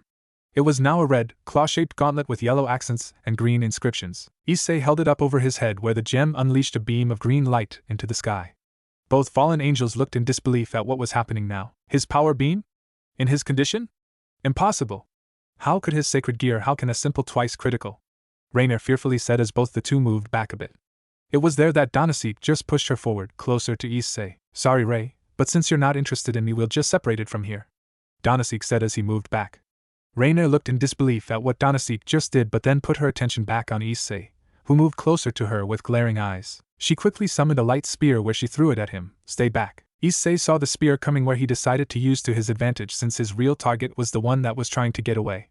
Using his new gauntlet, he deflected the light spear away from him, sending it directly at behind Rainer. The light spear traveled a bit before it hit its intended target, Danasik's leg, where it traveled down further before pinning him into the ground. Rainer tried to fly away in a dash only for Issei to leap towards her where he caught her right arm. You're not leaving, Issei ordered. How can a low-level, Rainer said before Issei cut her off. You're a fucking angel, so fly. He said as punched her face where she was sent flying through a wall with her screaming in pain. And Issei was satisfied when he punched Rainer in the face but began to feel his strength leaving him. Before he fell, Kiba came to his side to help steady him. You defeated 2 fallen angels by yourself, Hakiba commented where he can see Danasik struggling from the spear that was embedded in him. Took you long enough, pretty boy. Issei replied. It was there that Kiba explained to him that Rias told him to not to since he was not to interfere with it. They then heard Rias from the other side of the room as she commented on what she wanted to see and such. Kiba explained that after Rainer injured them, both he and Kaneko were at the mercy of the rest of the rogue exorcist. Fortunately for the both of them, Rias arrived in time to save them. Man, I feel like an idiot for worrying about you, admitted Issei as he was relieved to know that the 2 were okay. It was then that Kaneko came walking into the room. Bucho, I've brought what you requested, dragging Rainer with her after her sudden trip.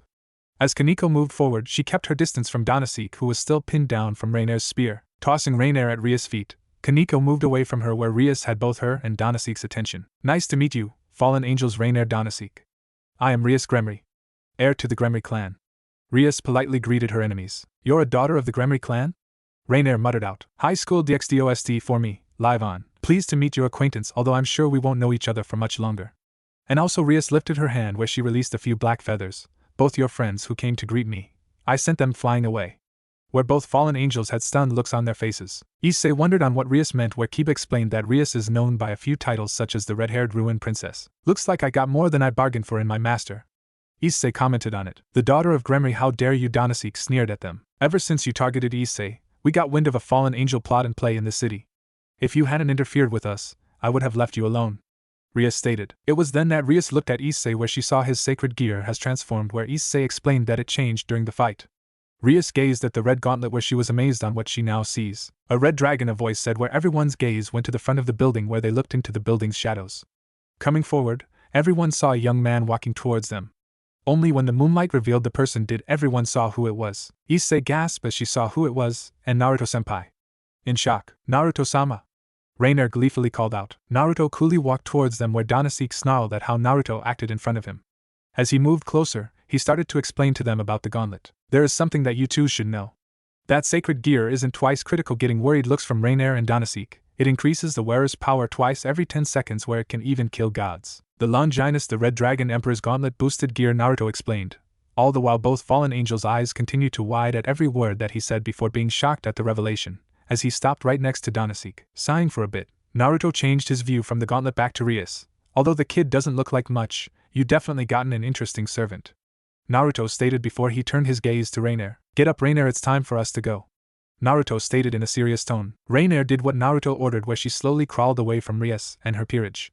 The red-headed devil was going to stop her but halted when she saw Naruto summon a weapon in his right hand. Naruto's weapon was a chakram, Xena Ing Yang Season 6, that had a yellow gem on one side of the grip, while the circular blade had a white/black flame design on both sides. Having a calm look on his face, Naruto kept a good eye on Reiner where she continued to move closer to him. Rias's peerage looked on where Kiba summoned one of his demonic swords while Kaneko and Issei prepared themselves. When Reiner made it to his side, she wobbly got herself up onto her feet where she struggled to stay standing. While keeping his gaze on the Gremory heiress, Naruto spoke to the raven-hair girl. Are you alright? Asking his female comrade. I'm fine, answering the young blonde. I can't move that well, so I need a bit of help. Danasik replied. Reiner narrowed her eyes on him while Naruto kept his neutral look. It was then that Reiner told him something. Naruto-sama, the Gremory devil has taken out Calawarner and Mitlet. Telling him the situation. Don't worry about them, they're both safe. Naruto explained where Reiner, along with Rias and her peerage, were surprised to know on what happened with the other two fallen angels. Since the Gremory heiress isn't that experienced in finishing off an opponent yet, she didn't notice the split second her attack hit was the moment that I came and pulled both of them away while leaving a dozen or so of black feathers to fool her with. Naruto finished. Rias narrowed her eyes at what Naruto just said, where she looked displeased at being duped like that, as well as wondered on how he came into the barrier that was around them as well. Reiner looked pleased where she was glad that they were fine. Although she was glad that the others were alright, Reiner wasn't doing any good since she was still injured. Before things could go off topic, Naruto placed his gaze at Danasik where he felt his spine freeze a bit. Now for you, let me ask you on what I ordered you to do. Naruto ordered. Danasik narrowed his eyes as he snarled at him where Naruto answered for him. I said that you could do anything as long as it didn't cause trouble for humans or any of the other factions. He stated. Not exactly the same thing but close to it. Taking a deep breath, Naruto turned back to Rias. Even though the situation with Haida Issei was unintended result, I can let that go. He stated where Reiner looked relief about it. However, Naruto's attention changed back to Danasik. But since you're the one that caused this much trouble with the Gremory and her peerage, it's only fair that she gets to decide your fate. Naruto explained. Danasik's eyes widened in surprise while Reiner smiled at what Naruto declared where middle-aged fallen angel was going to strike the blonde but wasn't able to do it when Naruto kicked him hard where the light spear that held him to the ground shattered. Being forced back, the older male was thrown directly at Rias' feet. Looking up, Danasik saw Rias' eyes look down at him with disgust. He shook in fear as Rias raised her hand with her power encircling in her hand. Now then, for causing us trouble, disappear, Rias said where she launched her attack at Danasik, which he screamed his last scream as Rias turned him into dust while his few remaining black feathers fell to the ground. When that was over, Rias and her peerage turned to Naruto who had Reiner right behind him. After a moment or two of intense silence, Rias spoke up. So, now with that issue is over, with what's going to happen now? Asking Naruto. I believe you already know the answer to that question, where he paid attention to Reiner, who was still a little wobbly. He immediately picked her up like a princess where a pink blush appeared on her cheeks. The others could see the blush on Reiner's face where they figured that she's got a crush on Naruto. However, Issei had a depressing look since he can see that his first girlfriend actually had the hots for his senior. As he walked away, he suddenly stopped where he looked at Reiner. Oh, I almost forgot. Reiner holding her with one hand while bringing his other hand he held up in front of her face. Hand them over. Naruto asked. Reiner looked confused a bit before she got what her crush wanted from her. Being a bit hesitant, she gave up the twilight healing rings to Naruto where he held them in his hand. Turning back at Rias and her peerage. Oh, and here Hayato-san getting his attention. Naruto, using his power, threw the rings with gentle force where the security caught them in his hands. I believe that belongs to the young lady, he implied. Issei looked at the rings where he smiled at what Naruto gave to him. The other devils had actually forgotten about the sacred gear where they were glad about it.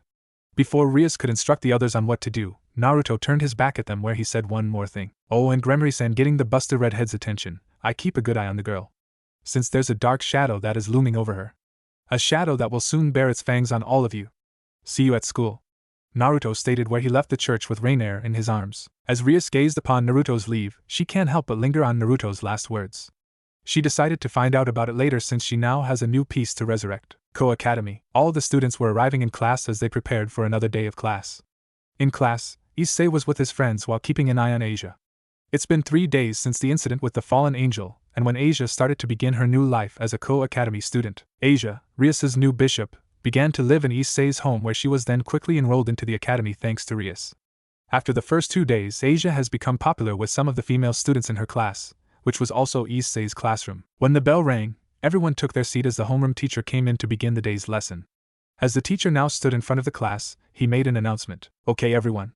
Before we begin today's lesson, I would like to introduce another new student to our class. Which got everyone's attention since it was rare for a new student to appear so soon. With that, the teacher instructed the new student to appear.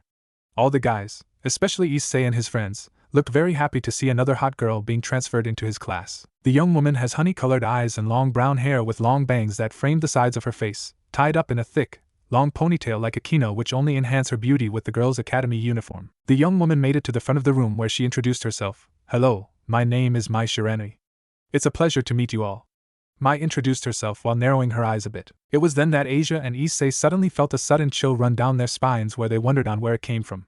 The sudden chill started to get a bit colder when Mai started to get closer to either of them as she went to take her seat. Noon, Naruto was lying on the ground underneath a tree that was close to the main building. Next to him was his finished lunch which he ate fast. He was now just resting as he waited for the lunch hour to finish. Not far, he could hear the teenage boys and girls talking about Mai. Naruto knew that Mai would attract attention because of her looks as well as her carefree attitude when she's not on mission. He knew that she gets that attitude from her mother as well as her looks, from some of the times he has seen her. His thoughts stopped when he felt the presence of 2 people coming towards him. When they were close to him, he opened his eyes since he knew who they were. Hello Rias-san, Akino-san, what can I do for you today? Naruto calmly asked. Rias stood in front of the lying down Naruto, while Akino was standing behind her. Naruto can see that Rias was wearing her poker face that had a smile on it while Akino faces kept her when Isama look. You can answer me a couple of questions for me, Rias stated. Look, if it's about indecisive showing me your panties the other day, don't worry about it. I didn't have any hidden camera that took pictures of it and placed it on the internet, Naruto said stupidly. Rias' eye twitched a bit where Akino looked at the blonde with narrow eyes. They can see that Naruto was only joking about it where Rias decided to ignore it. Getting her composure back, the redhead looked at the teenage fallen angel. I don't mean about that. I'm more curious on what you said to me back in the church. Where Naruto had his eyes shut. Oh, so you want to talk about that? Where he then gestured them to sit down. He then looked up into the sky where he then asked them, before we can get to that, I need you to tell me about the girl herself. Where Rias and Akino had a monotone face. Why do you want to know that? Akino asked. Because depending on the story, my advice can become either a silly comment or big warning. Naruto simply stated. Rias was the type of person to trust a fallen angel as much as she trusts a snake in a rabbit cage, especially since they almost taken out her peerage last time. But with Naruto's actions during that night, also including the once close relationship with Akino, she was willing to gamble on it since if there is one thing that the Gremory are known for, is that they treat their servants as family and would do anything to protect them. Rias and Akino began to tell the story of Asia and her past. Get the story from either the anime or manga. Once Naruto heard the story, he had a monotone look on his face where he closed his eyes. I see, it seems that my advice is really a warning. It also answers a few questions of my own, he stated. A warning, huh? And what do you mean your questions?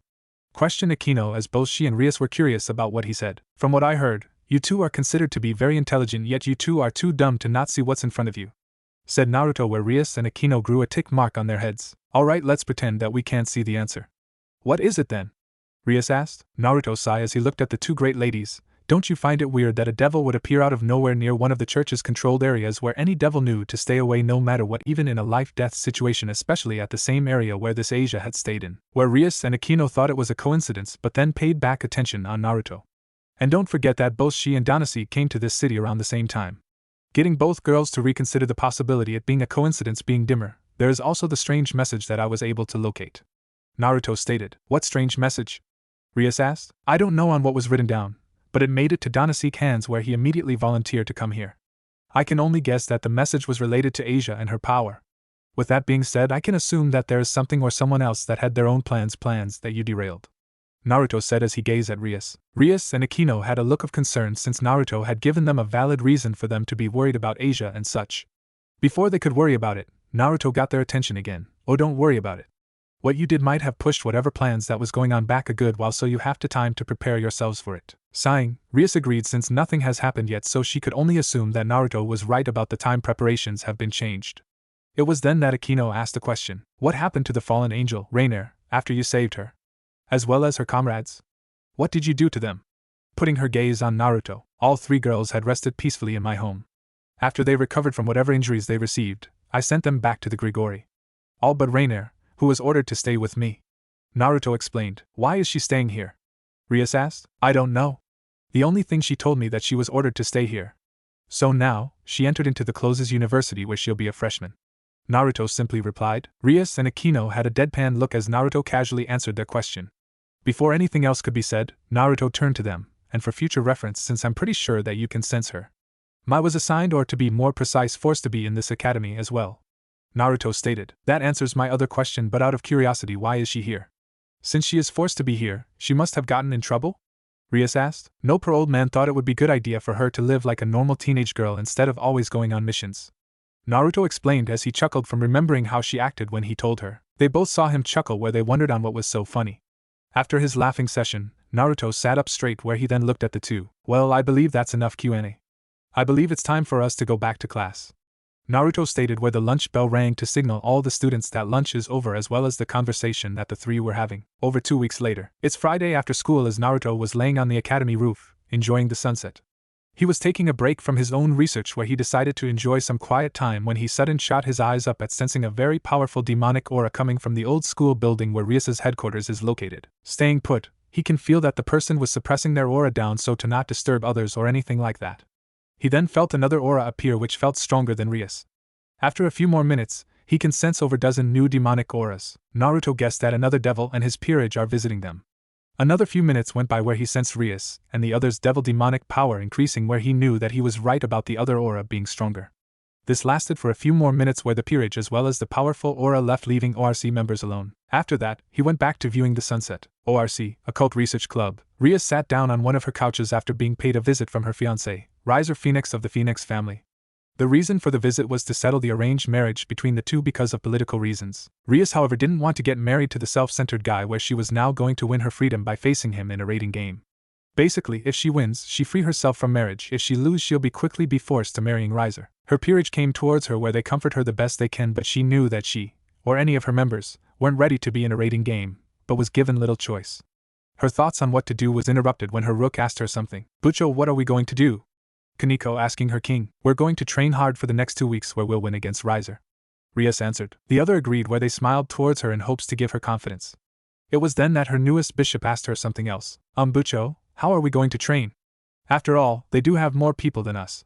Asia asked nervously. She's right, Bucho. Against Riser, we're not only going to need to train hard, but also have a good strategy in order to win. Kiba wondered. Rias took everything what her peerage said into account. She knew that facing against another devil and his peerage, who has experience in rating games, was going to be tricky, especially since she, herself, hasn't been in one yet. The thing that she does know is that in order to beat Riser, they need some kind of strategy. A strategy that can defeat a devil that can constantly revive himself. Is the Phoenix family really that strong? Issei asking Akino. Yes, since they're famous for their regeneration powers. With that being in play, it is going to be difficult to beat him, answered the raven hair Wani-sama. But even if they can regenerate, they are still devils that angels and fallen angels can kill, since like all devils, they are weak against light magic and holy items. Kiba remarked. It was then that Rias got some inspiration that she knew that her peerage, especially her queen, won't like, but knew that it would be the best option in order to gain her freedom. She smirked as she looked at her peerage. I believe I just got a good idea on how to win against Riser, however we're going to need some help from someone. Rias confidently stated. Everyone looked at her as they wondered on what idea she has suddenly come up with. Rias looked at her peerage, where she can guess on what they were thinking. She decided to answer their curiosity by telling them her plan. It's what Kiba said, all devils share the same weaknesses when fighting against a member of the other faction. And the best way to find the answer in defeating the Phoenix family member is to get someone who knows those weaknesses. Ria stated. Her peerage was confused on what she meant, where she clarified it even more. I'm saying we ask a certain blonde-hair fallen angel for some help.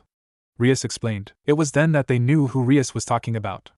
Out of everyone, Aquino looked the most peeved where she was going to voice out her opinion, but Rias spoke up first. I know how all of you feel. But right now is not to allow our own personal grudges and such get in the way. As they say, it's time to swallow your pride. Rias said where Aquino huffed. I forgot the actually saying. Issei, Kiba, Kaneko, and Asia had their own worried looks since the person they were going to ask for help was the same fallen angel that was still in the academy. Their opinion of Naruto was still a bit waver since Naruto didn't do anything against them but was still a fallen angel. For Aquino, it was more personal since two of them go back to their childhood. But the matter came to a close when Rias asked Aquino to come with her so they can both talk to the blonde-hair student. Next day, it was late Saturday morning as Rias and her peerage made their way to their training area.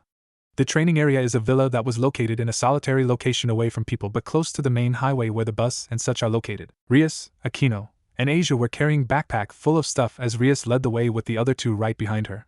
Behind them, Issei, Kiba, and Kaneko were also carrying backpacks as well but different size. Kiba carried double what Rias and the other girls were carrying, Issei carried 5 times that which he was having trouble with, and finally Kaneko easily walked past him while carrying double on what Issei carried. After walking for about an hour, they made it to the villa which was a 2-story mansion. Issei and Asia looked amazed on such a lovely Western-style house being built here. Before they could admire it even more, Rias interrupted them since she saw their trainer was already here. Era, you got here pretty fast huh, Naruto-san Mai-san where everyone looked at the direction Rias was looking. On the roof, sitting on the edge was Naruto while Mai was standing next to him with a smirk on her face. Flashback. Yesterday afternoon, walking down the hallways of Koa Academy, Naruto was heading home with Mai walking alongside him. After his peaceful gaze he decided to head home where Mai came to get him since it was his turn to cook. Both made it to the main entranceway when they spotted Rias and Aquino standing in front of them. Not being afraid of the two, Naruto and Mai continued to walk forward when they both stopped when Rias called to the both of them as they reached their side. What is it Rias-san? I already answered your question so what is it now? Curiously asked Naruto. Rias took a deep breath before she looked straight at Naruto's face. I would like your help with something? Oh, and what type of help would that be? Looking at Rias, I need you to tell me on the best way to defeat a member of the Phoenix family. Rias stated. This was curious to him where he then sighed, before we can get to that how about we head to my place so you can explain to me on why you asked me such a request. When Naruto and Mai continued their way home while Rias and Aquino looked at each other with a bit of uncertainty but decided to follow Naruto's penthouse. After walking for a bit, making it to the apartment building, they reached Naruto's penthouse.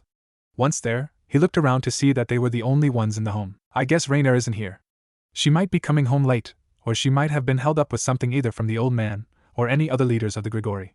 Naruto stated. Rias and Aquino didn't look pleased to hear that another fallen angel was still living here since they thought she would live on her own but decided to drop it. Everyone placed their bags down as they entered the home. Placing his stuff down, Naruto quickly took off his dress shirt, placing it on his chair, where he was now only in his black tank shirt that revealed his athletic body. Mai blushed a bit at seeing Naruto's well-toned chest where she looked at him. Don't forget Naruto, it's your turn to cook tonight. Yeah, I'm on it. Naruto replied after sighing a bit as he headed towards the kitchen. Heading towards the kitchen, Naruto offered the two great ladies to sit in the living room as he starts cooking dinner. Rias and Aquino felt a little strange sitting in the home of one of their enemies. As they sat, they heard Mai say that she's going to take a shower, leaving the two alone. Waiting for dinner to be ready, they looked around a bit to see it was a comfortable home. Taking a look at the pictures sitting on the mantels or shelves that were located around, they could see Naruto along with various people in it. They looked around where one picture got both Aquino and Rias' attention. It was a picture of smiling Naruto, 7 to 8 years old, being hugged by a young and happy Aquino. Rias smiled at it since it was a happy time for her best friend, but when she looked at her queen, she saw conflicted emotions of happiness yet also sadness, hatred, and despair. Rias can guess that seeing a picture of her past wasn't something Aquino liked to remember. Rias' attention turned to another picture where an older Aquino was smiling alongside a young red-headed woman with some familiar facial features. Ka-san Kushino Basin, Aquino muttered as she looked at the picture of her mother and her best friend. Rias saw the small tears in her queen's eyes where she can understand. Knowing that Aquino is an orphan, seeing a picture of her mother after so long must be a joyful and painful experience. Dinner is almost ready and oh, you're looking at some pictures, huh? Naruto stated, getting the two look at him. He saw the picture that they were seeing where he smiled. Seeing that picture makes me think that history is once again repeating itself with the two of you. After all, Aquino's mother was a raven head while my mother is a redhead, and we're the best of friends. He explained. Rias widened her eyes as she found out that the red-headed woman next to Aquino's mother was his mother. She then looked at the relationship between her and Aquino, where she agreed that history was repeating themselves with her and her queen. Before anything else could be said, Aquino asked the young blonde a question. Where's Kushino Basin? That question turned Naruto's expression from mildly amused to sad one. She was Shuryo Basin, he muttered out. Dinner will be ready in 5 minutes. Where he went back to the kitchen to get the dinner table ready. Rias could feel the depressing tone in Naruto's voice as he went back to the kitchen, which she figured that his mother has also passed away. She turned to look at her best friend to see that she had a sad, tearful look as well. She figured that she was just as close to Naruto's mother just like he was with hers. Aquino shed the tears that welled up in her eyes as she looked at the picture. Seeing the picture of both her mother and Kushina was something special to her. With Kushina, the redhead would always make her laugh or tease her on how she should call her mother-in-law, since she believed that Aquino and Naruto would one day get married together. If anything, Aquino considered Kushina her second mother. Naruto called everyone for dinner, where they had a simple meal of rice, baked potatoes, and grilled chicken. During dinner, Naruto asked Rias-san why she wanted information on defeating a Phoenix family member. Rias explained to Naruto that because of her father, as well as bit from her brother, that she was being forced to marry Riser Phoenix, another pure-blooded high-class devil. She, of course, didn't want to, since she despised the man for being who he is and only wanted her for both her looks and family name. Is that so? Said Naruto as he got an understanding on what Rias was asking him this. Hey, how about you train them, Naruto? Mai spoke out loud. My Naruto responded while giving her a deadpan face. What are you talking about, Mai-san? Rias wondered. Naruto is considered to be a genius fighter and gifted strategist, even among the higher ranks of the Grigori, where even 3 or 4 wing set members would follow his orders on missions. Explained Mai. Rias and Aquino looked at Naruto, where he had a monotone look on his face. They wondered on how strong Naruto really was, but stopped when Naruto looked at Mai. You know you should learn on when to keep your mouth shut there, Mai. Naruto said, where she only snickered at him. If that's so, then I would like to ask you to train us. I'll even give you anything you want for your lessons. Rias stated. Anything, huh? Naruto muttered as he looked at the two. He then silently thought about it before he sighed. Alright, then I'll train you and your peerage members. As for my payment, we can file that under a favor clause, Naruto simply stated. With that, Rias agreed to it, where Naruto was going to train her and her devil peerage for the next 2 weeks. End flashback. Seeing Rias's group appear at the villa, Naruto rose to his feet, where he and Mai released their 2 sets of black wings, where they gently glide down to the ground. Once on the ground, both looked at the group, where Naruto looked at them with a serious look. Alright, now if you're here for a vacation, I suggest that you get lost now, said with piercing tone that matched his piercing eyes. Everyone narrowed their eyes at what Naruto said to them, like it was an insult, where their only response was silence. Except for Issei and Asia, where Issei had tired but strong determined look, while Asia had a nervous but just as determined one as well. Nobody did or do anything for a few moments before Naruto spoke again. No runaways, huh? Good, because during your training, you're not going to look at me as your equal or as your senior, but as your instructor, which I demands respect. If you can't handle that, then leave. For now on, you're at my training camp, which you're going to regret ever taking part of it. So let the training begin, Naruto stated, where everyone looked ready to train. Early afternoon. After arriving to the villa, Rias opened the doors to the building, where they soon first got their stuff organized and assigning rooms to each person. They soon got ready, where Naruto met everyone outside in their training gear, Koa Academy sweatpants and long-sleeve jackets, although Mai wore the same thing, except she wore a red sleeveless tank top that showed her cleavage a bit, while Naruto wore black jeans that had some wear and tear, with a tight white sleeveless tank top. With everyone in front of him, Naruto turned to Mai and nodded at her to do something. Mai brought her hand to her cleavage, where she pulled out 6 white, blank straws out between her, where Naruto thought, why does she put the straws in her? Rias and her peerage looked a little confused as Mai pulled out the straws, while Issei had a pervert glee at Mai as she pulled out the straws, while Kaneko looked a bit depressed in a way but still had her monotone look. Mai walked over to all of them, where she then told them on what to do. Alright now, ladies, pick only a single straw. The straw you get is the one you keep for this time, and no trading. Stating the objective to the devils, each one of them picked one, where at the end of each straw had either a red or blue color. With that, Mai stepped back, where she went to set up on what Naruto was planning on doing for them. As Mai left to finish up on what Naruto had asked her to do, Naruto stepped forward, where he then looked at all of them. Alright then, those who have red stand on one side while those with blue stand at the other side. Naruto ordered, where they did exactly what he said. Red, Rias, Kaneko and Asia. Blue, Aquino, Kiba and Issei. Now we're going to have a little match with each other, where the first 3 will fight against me, then the last 3 will do the same with me, where the objective will be that each team will have to take these 2 bells from me, Naruto said, where he held up 2 small bells. Konoha Genin exam. This got everyone to tense a bit, since Naruto just told them to fight him.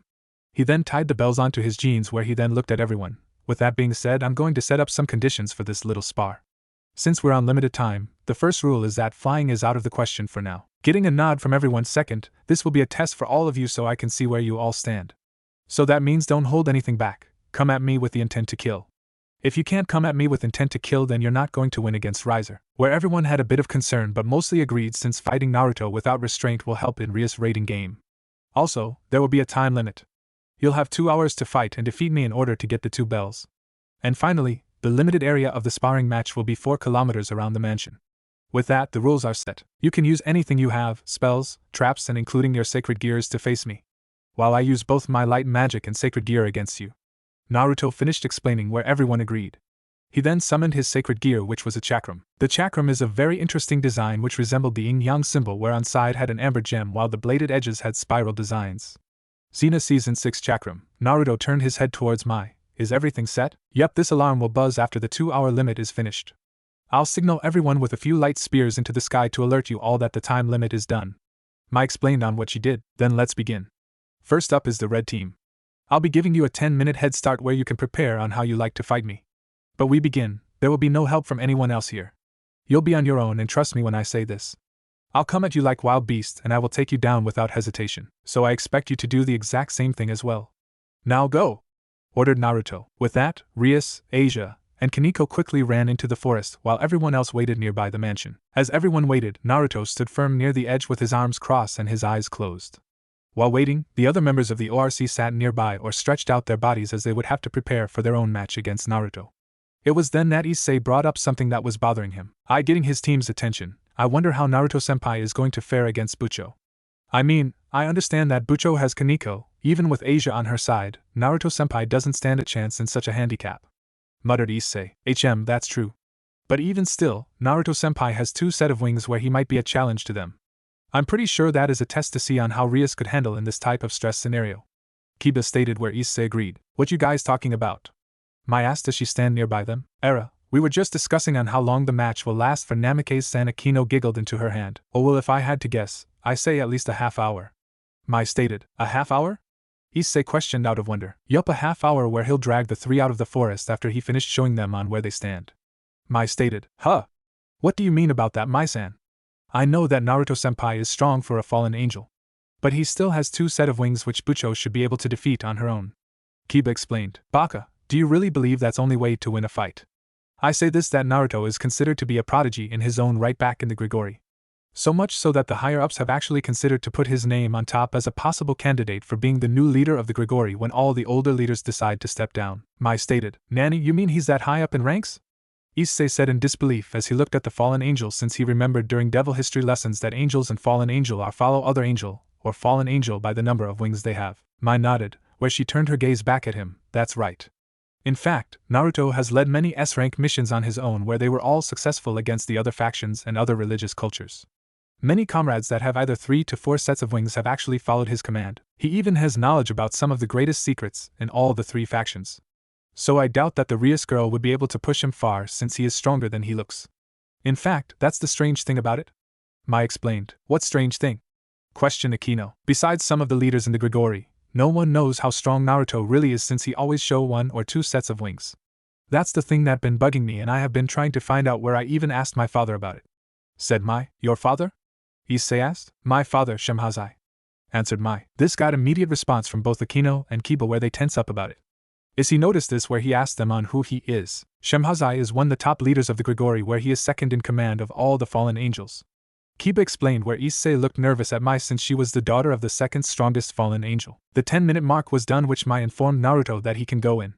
Naruto opened his eyes and immediately leapt into action.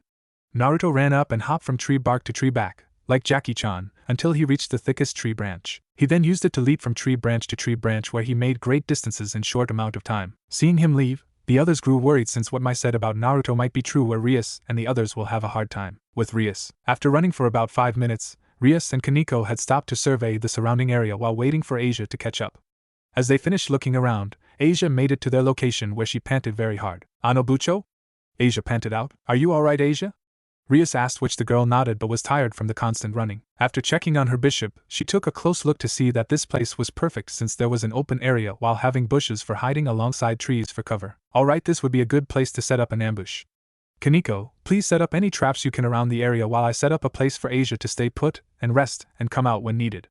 Rias ordered, where Kaneko did just that. Finding a good place to hide Asia, Rias told Asia to not come out unless is to move to another hiding spot or to heal both her and Kaneko.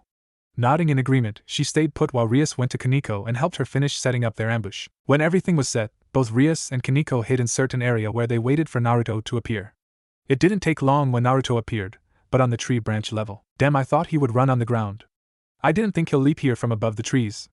Kaneko didn't have enough time to place any traps up there, Rias thought. Seeing the area, Naruto looked around to see that this was a perfect place for an ambush. He was going to jump onto the ground when he noticed something. He decided to play it safe, where he launched several small light daggers at certain locations to reveal magical traps and such around the area. With that, Rias and Kaneko's work on ambushing him was now gone. He looked around to see something that made him sigh. After looking around a bit, he shook his head in disappointment. Alright, time to end this little game, Naruto thought. He summoned his chakram, where he took careful aim before he launched it, where a swirling / buzzing sound could be heard. The weapon hit several trees as it continued its distant voyage in the air, while Naruto leapt off the tree branch and landed on the ground, where he waited for a bit. Rias and Kaneko wondered on what he was doing, since there was nothing around that area for his chakram to hit. However, they got the answer where they heard Asia scream.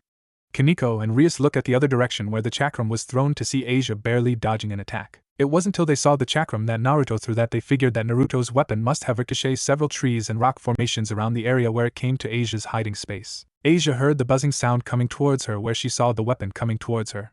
She barely dodged the strike, but it forced her out of her hiding place. The weapon continued to bounce around a bit, where the chakram came back towards Naruto, where he caught it barehanded. Catching it, Naruto immediately attacked Asia with small light daggers as he threw them at the poor former nun. Asia saw the attack, where she moved away from the attack. This is what Naruto needed, since he threw his chakram at her again. It was then Rias yelled out loud, "Kaneko!" where the lowly girl jumped out of her hiding spot and attempted to land on top of the chakram. But before she could even reach it, the chakram split in half, where it went to two different directions, continuing the cutting spin directly at Asia. As Kaneko leapt out of the tree, Rias came out, where she attacked Naruto with her power of destruction. She attempted to blast him, but saw Naruto move forward towards Kaneko. She attempted to try again, but stopped when one half the chakram came towards her. She ducked down in time to let it pass by her, where it hit a tree bark and continued its deadly spin back to Asia and Kaneko. Getting back up, she was suddenly surprised to see Naruto directly in front of her, where he gave the red head an open palm strike at her stomach. This threw her back and hit a tree. She took a hard gasp of air as the strike gave her a lot of damage. Before she could even attempt to move, Naruto came back at her, where she put up her guard. Naruto punched, strike, knee and kicked Rias's arms, stomach, and legs to the point where she was having a hard time standing, but continued to dodge and block whatever she can. Getting another strike, it gave her some distance, where she put up a barrier shield to protect her from another barrage of physical attacks. However, Naruto threw a light spear next to her, which caused an explosion on her side, forcing her to land painfully on the ground.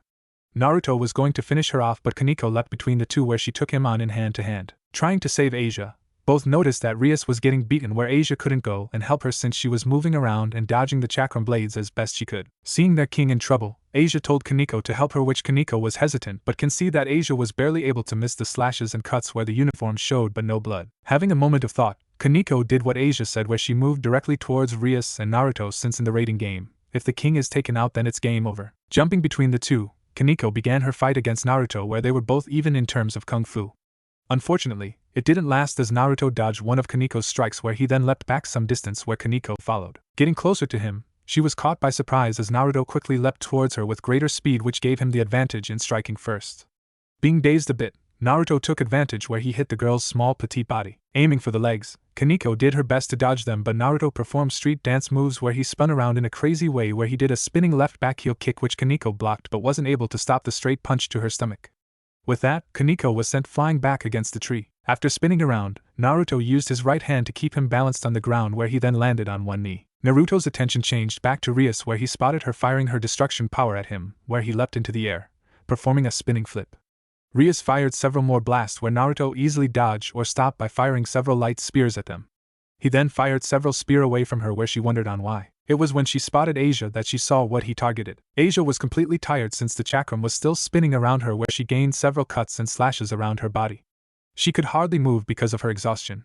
She was about to try and maneuver around to help Rias or Kaneko when a few light spears struck around her that spread dirt around her and pushing her towards a tree. Asia barely stood when the chakram returned and sliced her again, cutting the rest of her clothing off her, where only a decent amount maintained her dignity.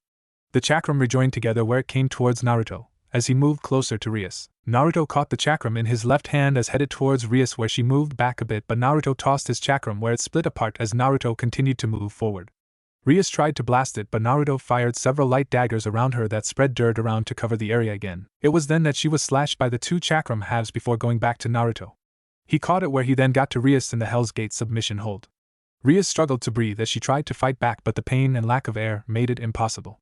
It wasn't long before she lost consciousness where Naruto let her go. Getting back on his feet, he looked around to see Kaneko too exhausted to stand back up. Asia was out cold from the attack and Rias was unconscious from his submission hold. You lost, Naruto stated as he went to pick up the 3 girls. Mansion. Mai and the rest of Rias' peerage waited patiently as the sparring match between Rias' team versus Naruto continued on. They looked at the timer to see that only 40 minutes have passed by since it started. I wonder how they're doing out there. Kiba wondered. I don't know, but judging by the explosions earlier, I say that Bucho must be doing well, Akino said. Before anything else could be said, Mai noticed someone was coming towards them from the forest. Coming out of the forest, they saw Naruto emerging out of the forest, but he was carrying Rias, Kaneko, and Asia with him. Naruto carried Kaneko under his left arm while balancing a groaning Asia, hanging in front of his body, over his left shoulder, while he held Rias over his right shoulder where he had his right hand holding her ass to keep her steady. Everyone else rushed towards their side where he gently placed all of them on the ground. Issei asked on what happened. They lost, I said, to attack me with the intent to kill, yet they weren't able to step up. Now then, there will be a 10-minute break. Once that's over with, it will be blue team turn. I hope you 3 are ready, since I'll be just as brutal with you 3 as I was with these 3. Where all 3 saw his piercing eyes staring at them, where he then turned to his fellow fallen angel. Mai, take them inside where they can rest, asked Naruto. Right, Mai obliged, where she went to pick each one of them at a time. Evening. Mai finished preparing dinner where she announced it to everyone. Naruto was the first come down to the dinner table with his laptop where he was busy writing something down. Next was a groaning Rias, Akino, Kiba, Kaneko, Issei and Asia, where the last 2 needed help on getting to the dinner table. As everyone sat down, they all glared at Naruto, who sat on the other side with his laptop. While he was busy writing, they all couldn't help but be frustrated on how easy he defeated all them. After he defeated Rias and her team, Akino, Kiba, and Issei swore that they'll make sure that they would at least give him a good beating. Unfortunately, it ended terribly for them. Naruto had fought Kiba's swordsman and his demonic swords where he easily broken each one of them. Akino's thunder attacks were completely useless where Naruto redirected them towards Kiba, Issei, or back at Akino, which they either avoided it or got shocked. Issei's random fighting was easily broken, even with his sacred gear, where Naruto just put him down like a dog. In the end, all 3 fell down from exhaustion and fatigue where Naruto carried them back to the mansion. Their memories about what happened earlier were stopped when Mai came out of the kitchen where she set up dinner for everyone. Home-style beef stew, mixed roasted potatoes with herb butter, mac and cheese, and finally cornbread. Everyone looked amazed as well as a little dumbfounded on the type of food that Mai made. Before anything, Naruto got his share where he looked at it before he looked back at Mai. What's with the food tonight? Did you have some sort of craving or something? Naruto asked. Yup, I had a craving for some American-style dinner, so I made this. So everyone, what do you think? Mai asked. Everyone had to agree that the food does smell good, plus it was something new for them. While everyone ate, they saw Naruto was still working on his laptop while eating his food. With dinner finished, Rias told the group that they're free to do for the night where they agreed to go to bed early. Before they could go, they heard Naruto speak out to them. Hold on.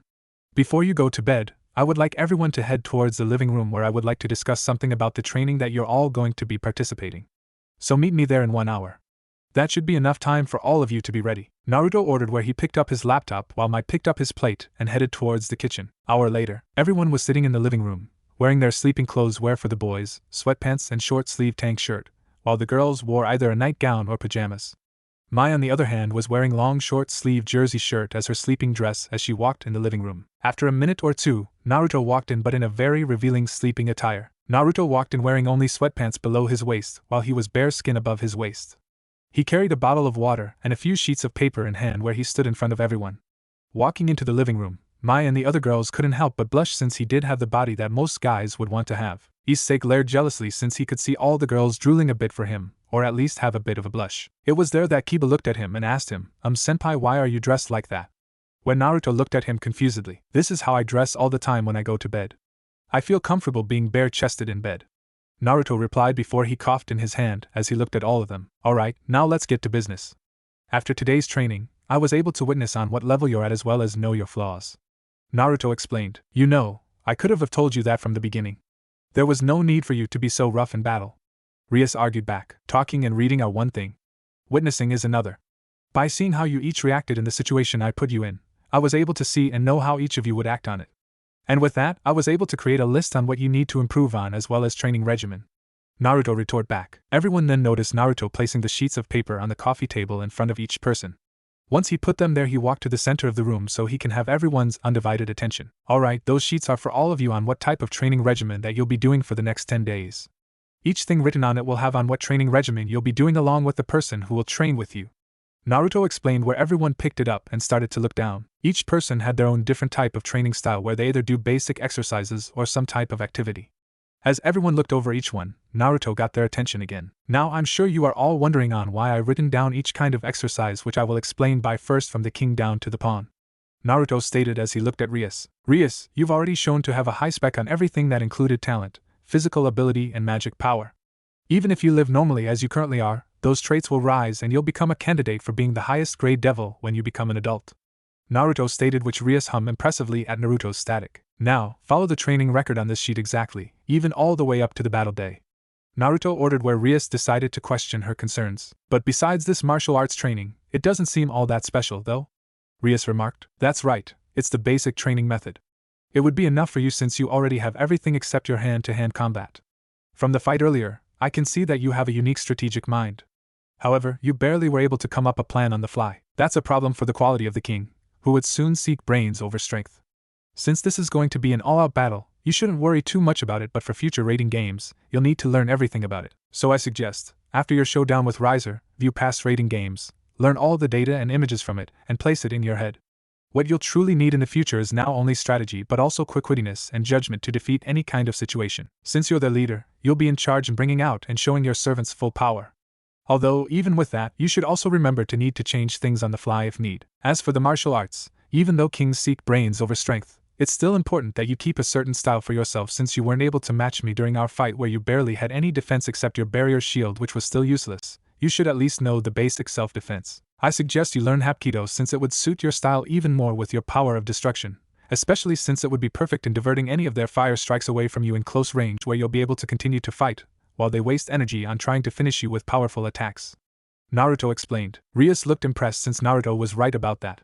In fact, the way Naruto defeated her was something she couldn't let go, since he only used a basic hand-to-hand with a bit of magic and his chakram, while she used her power to try to defeat him instantly, which failed. As Rias continued to mull over, Naruto turned his attention to Akino. Akino getting her attention while narrowly looking at him. You need to accept the blood that flows within you, he stated, which got confused looks on Issei and Asia, where they wondered on what he meant. Akino looked displeased as she frowned about it, but before she could argue about it, Naruto continued without paying attention to it. From our fight, I can see that you only used thunder techniques on me. Even though you came with the intent to kill, you weren't that effective. Plus, even though your bishop abilities are great, your knight ability is still a little shaky, while your rook ability is below standards except in defending.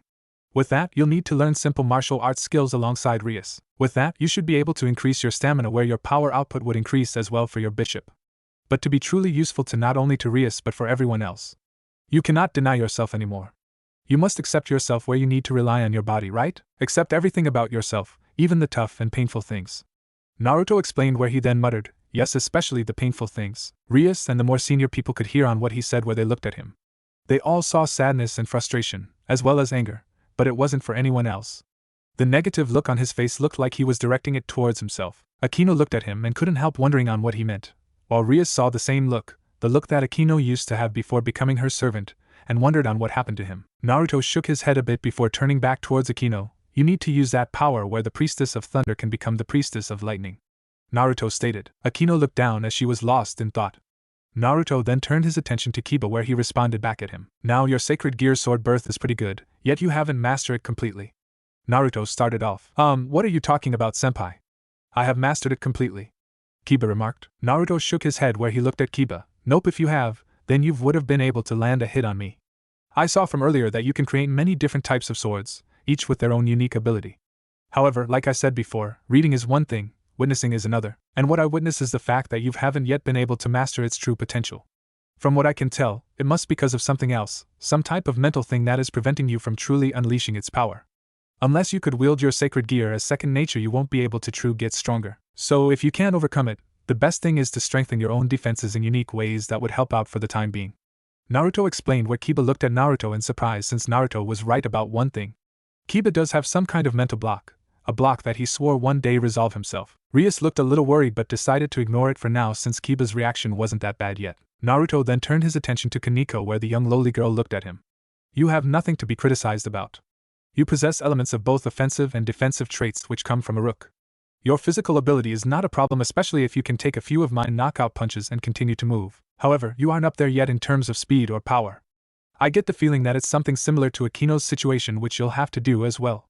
But overall, there's a training regimen for you where you'll learn to increase your speed. Unlike Kiba, if you can't overcome it, I have come up with something that should help improve your abilities enough to give you a better shot at winning. Like Kiba, whose knight's ability weakness is low defense strength, your weakness is speed, where you're going to learn to fight like the cat that you are instead of the devil. Naruto explained. Kaneko looked a bit worried since her fighting spirit from before has died down a bit, but agreed. Issei and Asia wondered on what Naruto meant about fighting like a cat. But that changed when Naruto placed his attention on Asia. Asia, let me ask you a question? Naruto said as he got her attention. Nodding in agreement, Naruto asked her, what's the most important thing for a healer like you to do? Where Asia thought for a moment, everyone else wondered on why he asked Asia such an easy question. After thinking about it for a bit, Asia answered, for a healer like me, I have to heal everyone here and to make sure that they're alright. Which everyone agreed, but then heard Naruto said, wrong. Wrong? Asus wondered everyone else had the same thing. Yes, the most important thing for a healer like you is not to heal. The most important thing for you is to dodge. Naruto explained. To dodge? That's not important? Issei questioned. Wrong, since in battle, the most important piece for the team will be taken out first, which in this case would be Asia, since she can heal everyone with her twilight healing. That alone will make her a target. Naruto explained. But I still don't see the point about dodging? Rias asked. Who will be there to heal any of you if she can't avoid any shots directed towards her?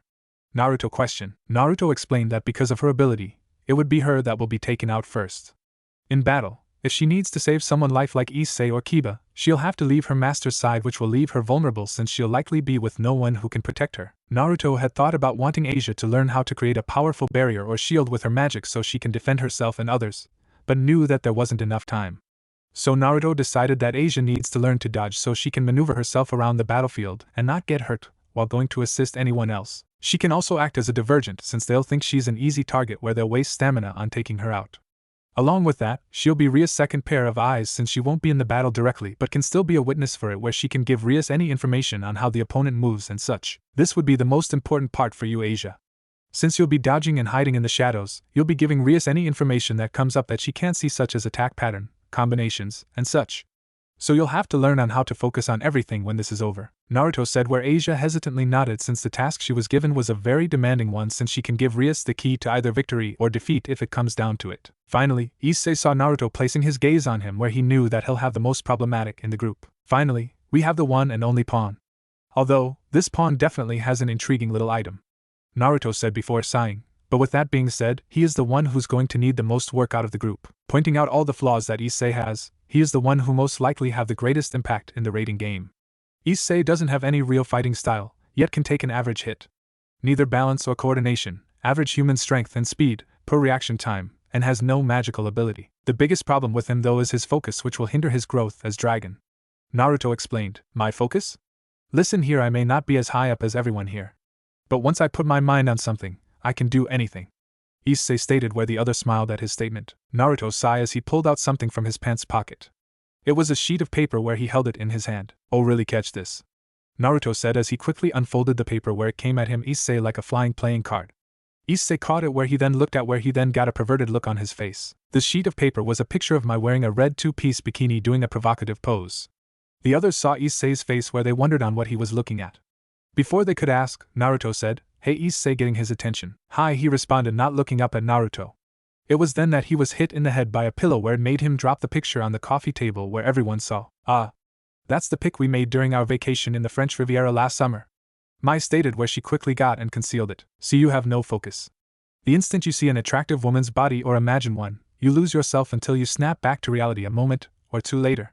And we can't have that, since you'll be putting everyone here in danger if you can't focus on the battle, if you're to focus on looking on either a woman's chest or ass, Naruto stated. Issei held his head down, where Naruto then said that with the training, he should be at least on a decent level where he can probably turn the match around in their favor, but only if he focuses. Alright, I'm done with the explanation. Except for Rias, Akino, and Kiba, you can all go to bed. I would like to speak with you three just a bit longer, since there is something important I would like to discuss with you three. With that, everyone said goodnight, leaving only Naruto, Rias, Akino, and Kiba alone in the living room. Naruto told them to wait a bit before he looked at the three. Okay, before we can begin this last conversation of the night, I tell you this, Rias. There are only 4 ways to win. He simply stated, where the others looked at him with a clear mind. Morning. The next morning was different for each individual as they started on what type of training regimen they were each given. After breakfast, everyone got ready, where every person began to do what Naruto's instructions had asked them to do. Everyone first started off with stretching, then turned to a mile run to get them warm up. After that, they separated to do what they needed to do. Asia and Issei first began their magic lessons with Akino, who taught them the basic of devil magic, where she taught them for about an hour before heading towards the field to begin her training session. The result for this showed that Asia has a talent for magic, while Issei showed little depth to it. Leaving Asia and Issei's lesson teaching, Akino met up with Rias. Were going to train under Kaneko, who was going to teach them the basic forms of Hapkido. Kaneko was a master in the martial arts, which Naruto took notice yesterday. With Kaneko, Naruto knew that she will teach Rias and Akino on better defend themselves against any opponent in close-range combat. While everyone else was doing that, Kiba was performing acrobatic exercise basically with his arms while trying to move in different directions. This continued until mid-morning, where things switched. After their first exercise, their second one begun. Issei was now doing basic exercises such as push-ups, sit-ups, endurance running while wearing a boulder on his back and Rias sitting on top of it. This was to increase Issei's stamina and strength. Akino was with Kaneko, where they were moving around the dense part of the forest to increase their agility and speed, which they were wearing small weighted clothing. Kiba sparred with Naruto, where he was having trouble on facing such a skilled sword fighter. Naruto has summoned a light sword, where he blocked and countered one of Kiba's moves. Asia was training with Mai, who taught the former nun ballet exercises to increase her balance and flexibility, since many professional athletes do this or some type of dance to improve their capabilities. Noon. Everyone rested for a bit while eating a light lunch. Issei was so fatigued from the hard workout that he ate the food in front of him like his life depended on it. As they ate, Issei couldn't help but wondered on what Naruto had talked to Rias, Akino, and Kiba about last night. While eating, Rias thought about last night's conversation. Flashback. Rias, Akino, and Kiba looked at Naruto intently as he stated that there were only 4 ways for Rias's team to win against Riser. Only 4 ways, muttered Rias while the other 2 looked intrigued about it. Yes, but although one way would be impossible with your current level, even with the training, so we'll take that out of the planning stage, Naruto stated. He then began to explain that he has gone over on what Rias got about Riser and his past rating games. Having 8 out of 10 victories was a bad sign, since he and his peerage got battle experience in these type of games while Rias and her peerage doesn't. So with that, Rias, you should focus on creating strategies that involve or individually use your peerage for these 3 scenarios, Naruto remarked, where Rias paid close attention. First is the obvious one. Issei and his sacred gear. If he can reach a proper level, he'll become the key to victory. So we'll have to see on how that will work.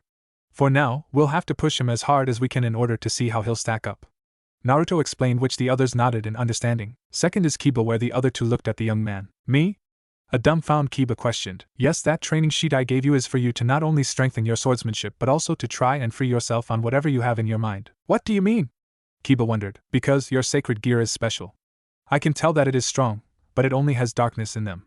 Have you ever tried to create a weapon of light out of it? Naruto asked. No, you should know that devils can't use light magic since it can hurt us, Kiba remarked. Says who? If you can push yourself hard enough and clear your mind or settle the issue you have, then you can try and do what I believe is your own balance breaker, Naruto replied. Balance breaker? Rias muttered. Yes, although I have no proof of it, there are plenty of notes that my dumb godfather has that explains it pretty well. The theory for Kiba to actually create a sword that has both dark and light magic is still there. If he can create it, then he can face Riser one-on-one or with another teammate where he can easily slay him, since the sword would have light magic in it, Naruto explained. Rias and Akino looked at Kiba, where Naruto's theory on his sacred gear sounds out there but is still a good possibility. Kiba looked into his hands since he doesn't know about it. In any case, Kiba, you're going to have to settle the issue soon, where you can become the deciding factor as well, giving you guys 2 aces. But that is only possible with you and you alone. You can go to bed now since I have finished on talking with you, Naruto stated. Kiba said goodnight as he left to go to bed, while his mind was deep in thought about what Naruto stated about his possible power. Once gone, Naruto went and sat down across Akino and Rias. Now, the final possible ace is with you, Akino, said Naruto as he looked at the raven-haired buxom beauty. I don't care if you don't like it or whatever, but right now you need to ask yourself this. Can you fight for your best friend with only half of your true power, or can you put that aside and fight using your fallen angel blood that runs deep in your veins to win? Would choose possibility or certainty? Can you, Akino? Naruto asked. Akino narrowed her eyes as she looked at him, where she didn't like what he was saying to her. Rias could see the hatred in her best friend's eyes as she looked at her former childhood friend. Before things could go out of hand, Naruto stood up as he walked away. You don't have to answer me that question. More like you are the one who can answer it yourself, the blonde said as he sighed before saying goodnight to them as he headed off to bed, leaving Rias and Akino alone in the living room. End flashback. Akino ate lunch quietly as she remembered on what Naruto told her last night. Even though she felt confident in her ability, she looked at her red-headed friend that saved her when she was a child, where she asked that same question he asked her. The possibility of winning or certain victory. If awaking her fallen angel bloodline will win them the fight, then could she use it for her friend, or will she despise it and risk Ria's future because of her stubbornness and past? Early afternoon, eating lunch and resting for an hour and a half, training resume. Issei and Kiba sparred off against one another in swordsmanship by using Bakken. Akino and Rias continued in practicing sparring with each other in their new martial arts, while Asia and Kaneko ran around the dense forest in order to speed up their movements while doing gymnastic movement. This continued on until late afternoon, where Rias, Akino, Kaneko were training in ballet with Mai. Issei and Kiba were outside with Asia, where they were about to begin Asia's final training for the day, dodgeball. Asia looked determined, where she had a serious look on her face. Issei and Kiba held in each of their hands a dodgeball. Naruto stood in the sideline as he viewed the three. Asia looked at the two boys, where she told them that she was ready. Alright then Asia, here we go. Issei stated, where he threw a simple toss at Asia. Asia dodged it easily, where the ball hit the wall that bounced back towards the boys. Kiba followed through, where he did the same, where Asia leapt out of the way. This continued for several more tosses before Naruto had enough. Alright. Stop, ordered Naruto, where he walked towards the two boys. What is it? Kiba asked curiously with narrow eyes. Why are you two playing around like that? Or better yet, why are you two holding back? Naruto questioning them with a serious look. What do you mean, senpai? Issei replied. I mean, why you two aren't doing this? Naruto stated, where he lifted a dodgeball, looked at Asia, where she looked a little nervous of the way he looked at her, then with a lot of strength threw the ball with twice as much force than the throws that Issei or Kiba did. The ball came directly at Asia, where she barely dodged but landed roughly on the ground since the ball came directly towards her head. Kiba and Issei were about to go check on her when another dodged ball went past them, where this ball hit Asia in her stomach as she was getting back up on her feet. The impact hit her so hard that she kneeled down as she held her stomach that was thriving in pain. Issei and Kiba made it to her side, where Issei checked on her. Kiba looked back at Naruto with narrowed eyes. Stop, Namikaze-san. Asia isn't able to dodge at that level. That's right, let's get her some rest. Issei commented, but stopped when Naruto, the training is not over yet. So get back here and continue throwing balls at her. Don't stop until she can't get up from exhaustion and pain, or when the time limit is done. Ordering the two boys. No, we won't, Issei replied. That right, we won't do this against our comrade. Kiba agreeing with Issei. Fine then, but let me ask you this. Can you two protect her? Naruto questioned. Of course we can, Issei commented, where Kiba also agreed with him. Okay then, muttered Naruto before looking seriously at the two. Where were you two when Asia died the first time? Where the two looked flustered or stunned at what Naruto just asked them, while Asia looked at the three as the pain began to settle down. You two weren't able to rescue her at all. As I recall, Kiba wasn't able to fight off the rogue exorcists by himself, and Issei wasn't able to reach her when Danasik took out her sacred gear. If Rias didn't use her evil piece to bring her back to life, she would still be dead. Naruto pointed out, where the two looked down at their past action. So, let me ask you this again. Can you protect her, or anyone else you're close to, again like you did before? If you can, then she can stop this training. But if you care about her at all, then get back here and start throwing these rubber balls at her where she can defend herself. Giving the two boys two options. Kiba and Issei looked conflicted, where Issei even questioned himself if he can actually keep his promise to her. Before either of them could come up with an answer, the two heard the gentle blonde girl speaking up to them. Issei-san, Kiba-san, please continue on. Don't hold back for me, Asia demanded, where the two looked at her. I don't want to be burden for everyone. If this training could help me get stronger, if it can help me become useful for everyone, then let's continue, Asia stated with determination. Kiba and Issei looked at the determined blonde girl to see that she was ready to keep going. It was then that they heard Naruto laughing hysterically before settling down before looking at the blonde girl with impressive look in his eyes. My, it seems that out of this entire group of devils, the sweet little healer girl is the one who has the most potential to be great. After all, with that look on her face, she actually was able to gain my respect, Naruto stated, where the blonde girl could see. But before Asia could reply, Naruto said one more tip. But even so, I'm going to remind you this. When your only task is dodging, you have to keep your eyes open before, during and after the attack. If you do that, then you'll be a great support in distractions and other things that I'll let you figure out yourself, Naruto explained, where Asia nodded in agreement. Alright, you two, looking back at Issei and Kiba, you heard her. Continue with the training. Consider this as an act of love that you two care about her, since unlike in the real world, she won't get killed here, Naruto explained, where the two continued on. Evening. Everyone was resting in the lounging area while Asia and Issei were making dinner using their demonic powers. As they rested, Naruto was lazily sleeping while sitting on a lounge chair while Mai was reading a fashion magazine. The others were a different story than Naruto and Mai. The others were a bit sore, tired, and dirty. Throughout the day, Naruto had pushed them over the limit in each other training. Like with Asia, Naruto was on each person's case where he made sure that each person rise towards his expectations. I've trained before, but nothing like this. Sparring with Kaneko was one thing, but performing ballet with Mai was something totally different.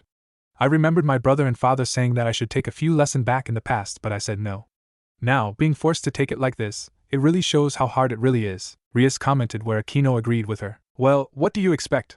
Ballet dancing is more than just doing a coordinating dance. The dance itself will tone any muscles around the body and help develop better body awareness. It also improves strength, flexibility, coordination, dexterity, and agility. All this would improve a lot of your physical abilities. Mai remarked. Is that so?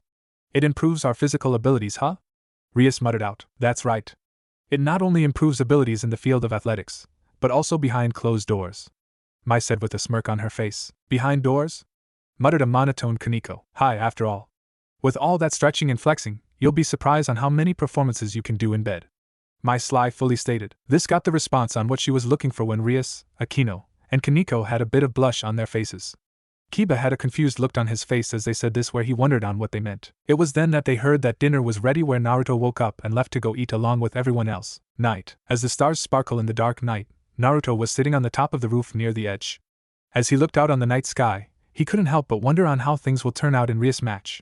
But more importantly, he thought about his relationship with Akino. While he thought about it, he looked down to see Issei and Kiba finish today's training with meditation. Naruto's explanation on meditating is for the two to harness their true strength, for Issei to gain his focus, while Kiba can mentally block or settle his issues away where he could awaken his sacred gear true powers. This is going to be a long 9 days, thought Naruto.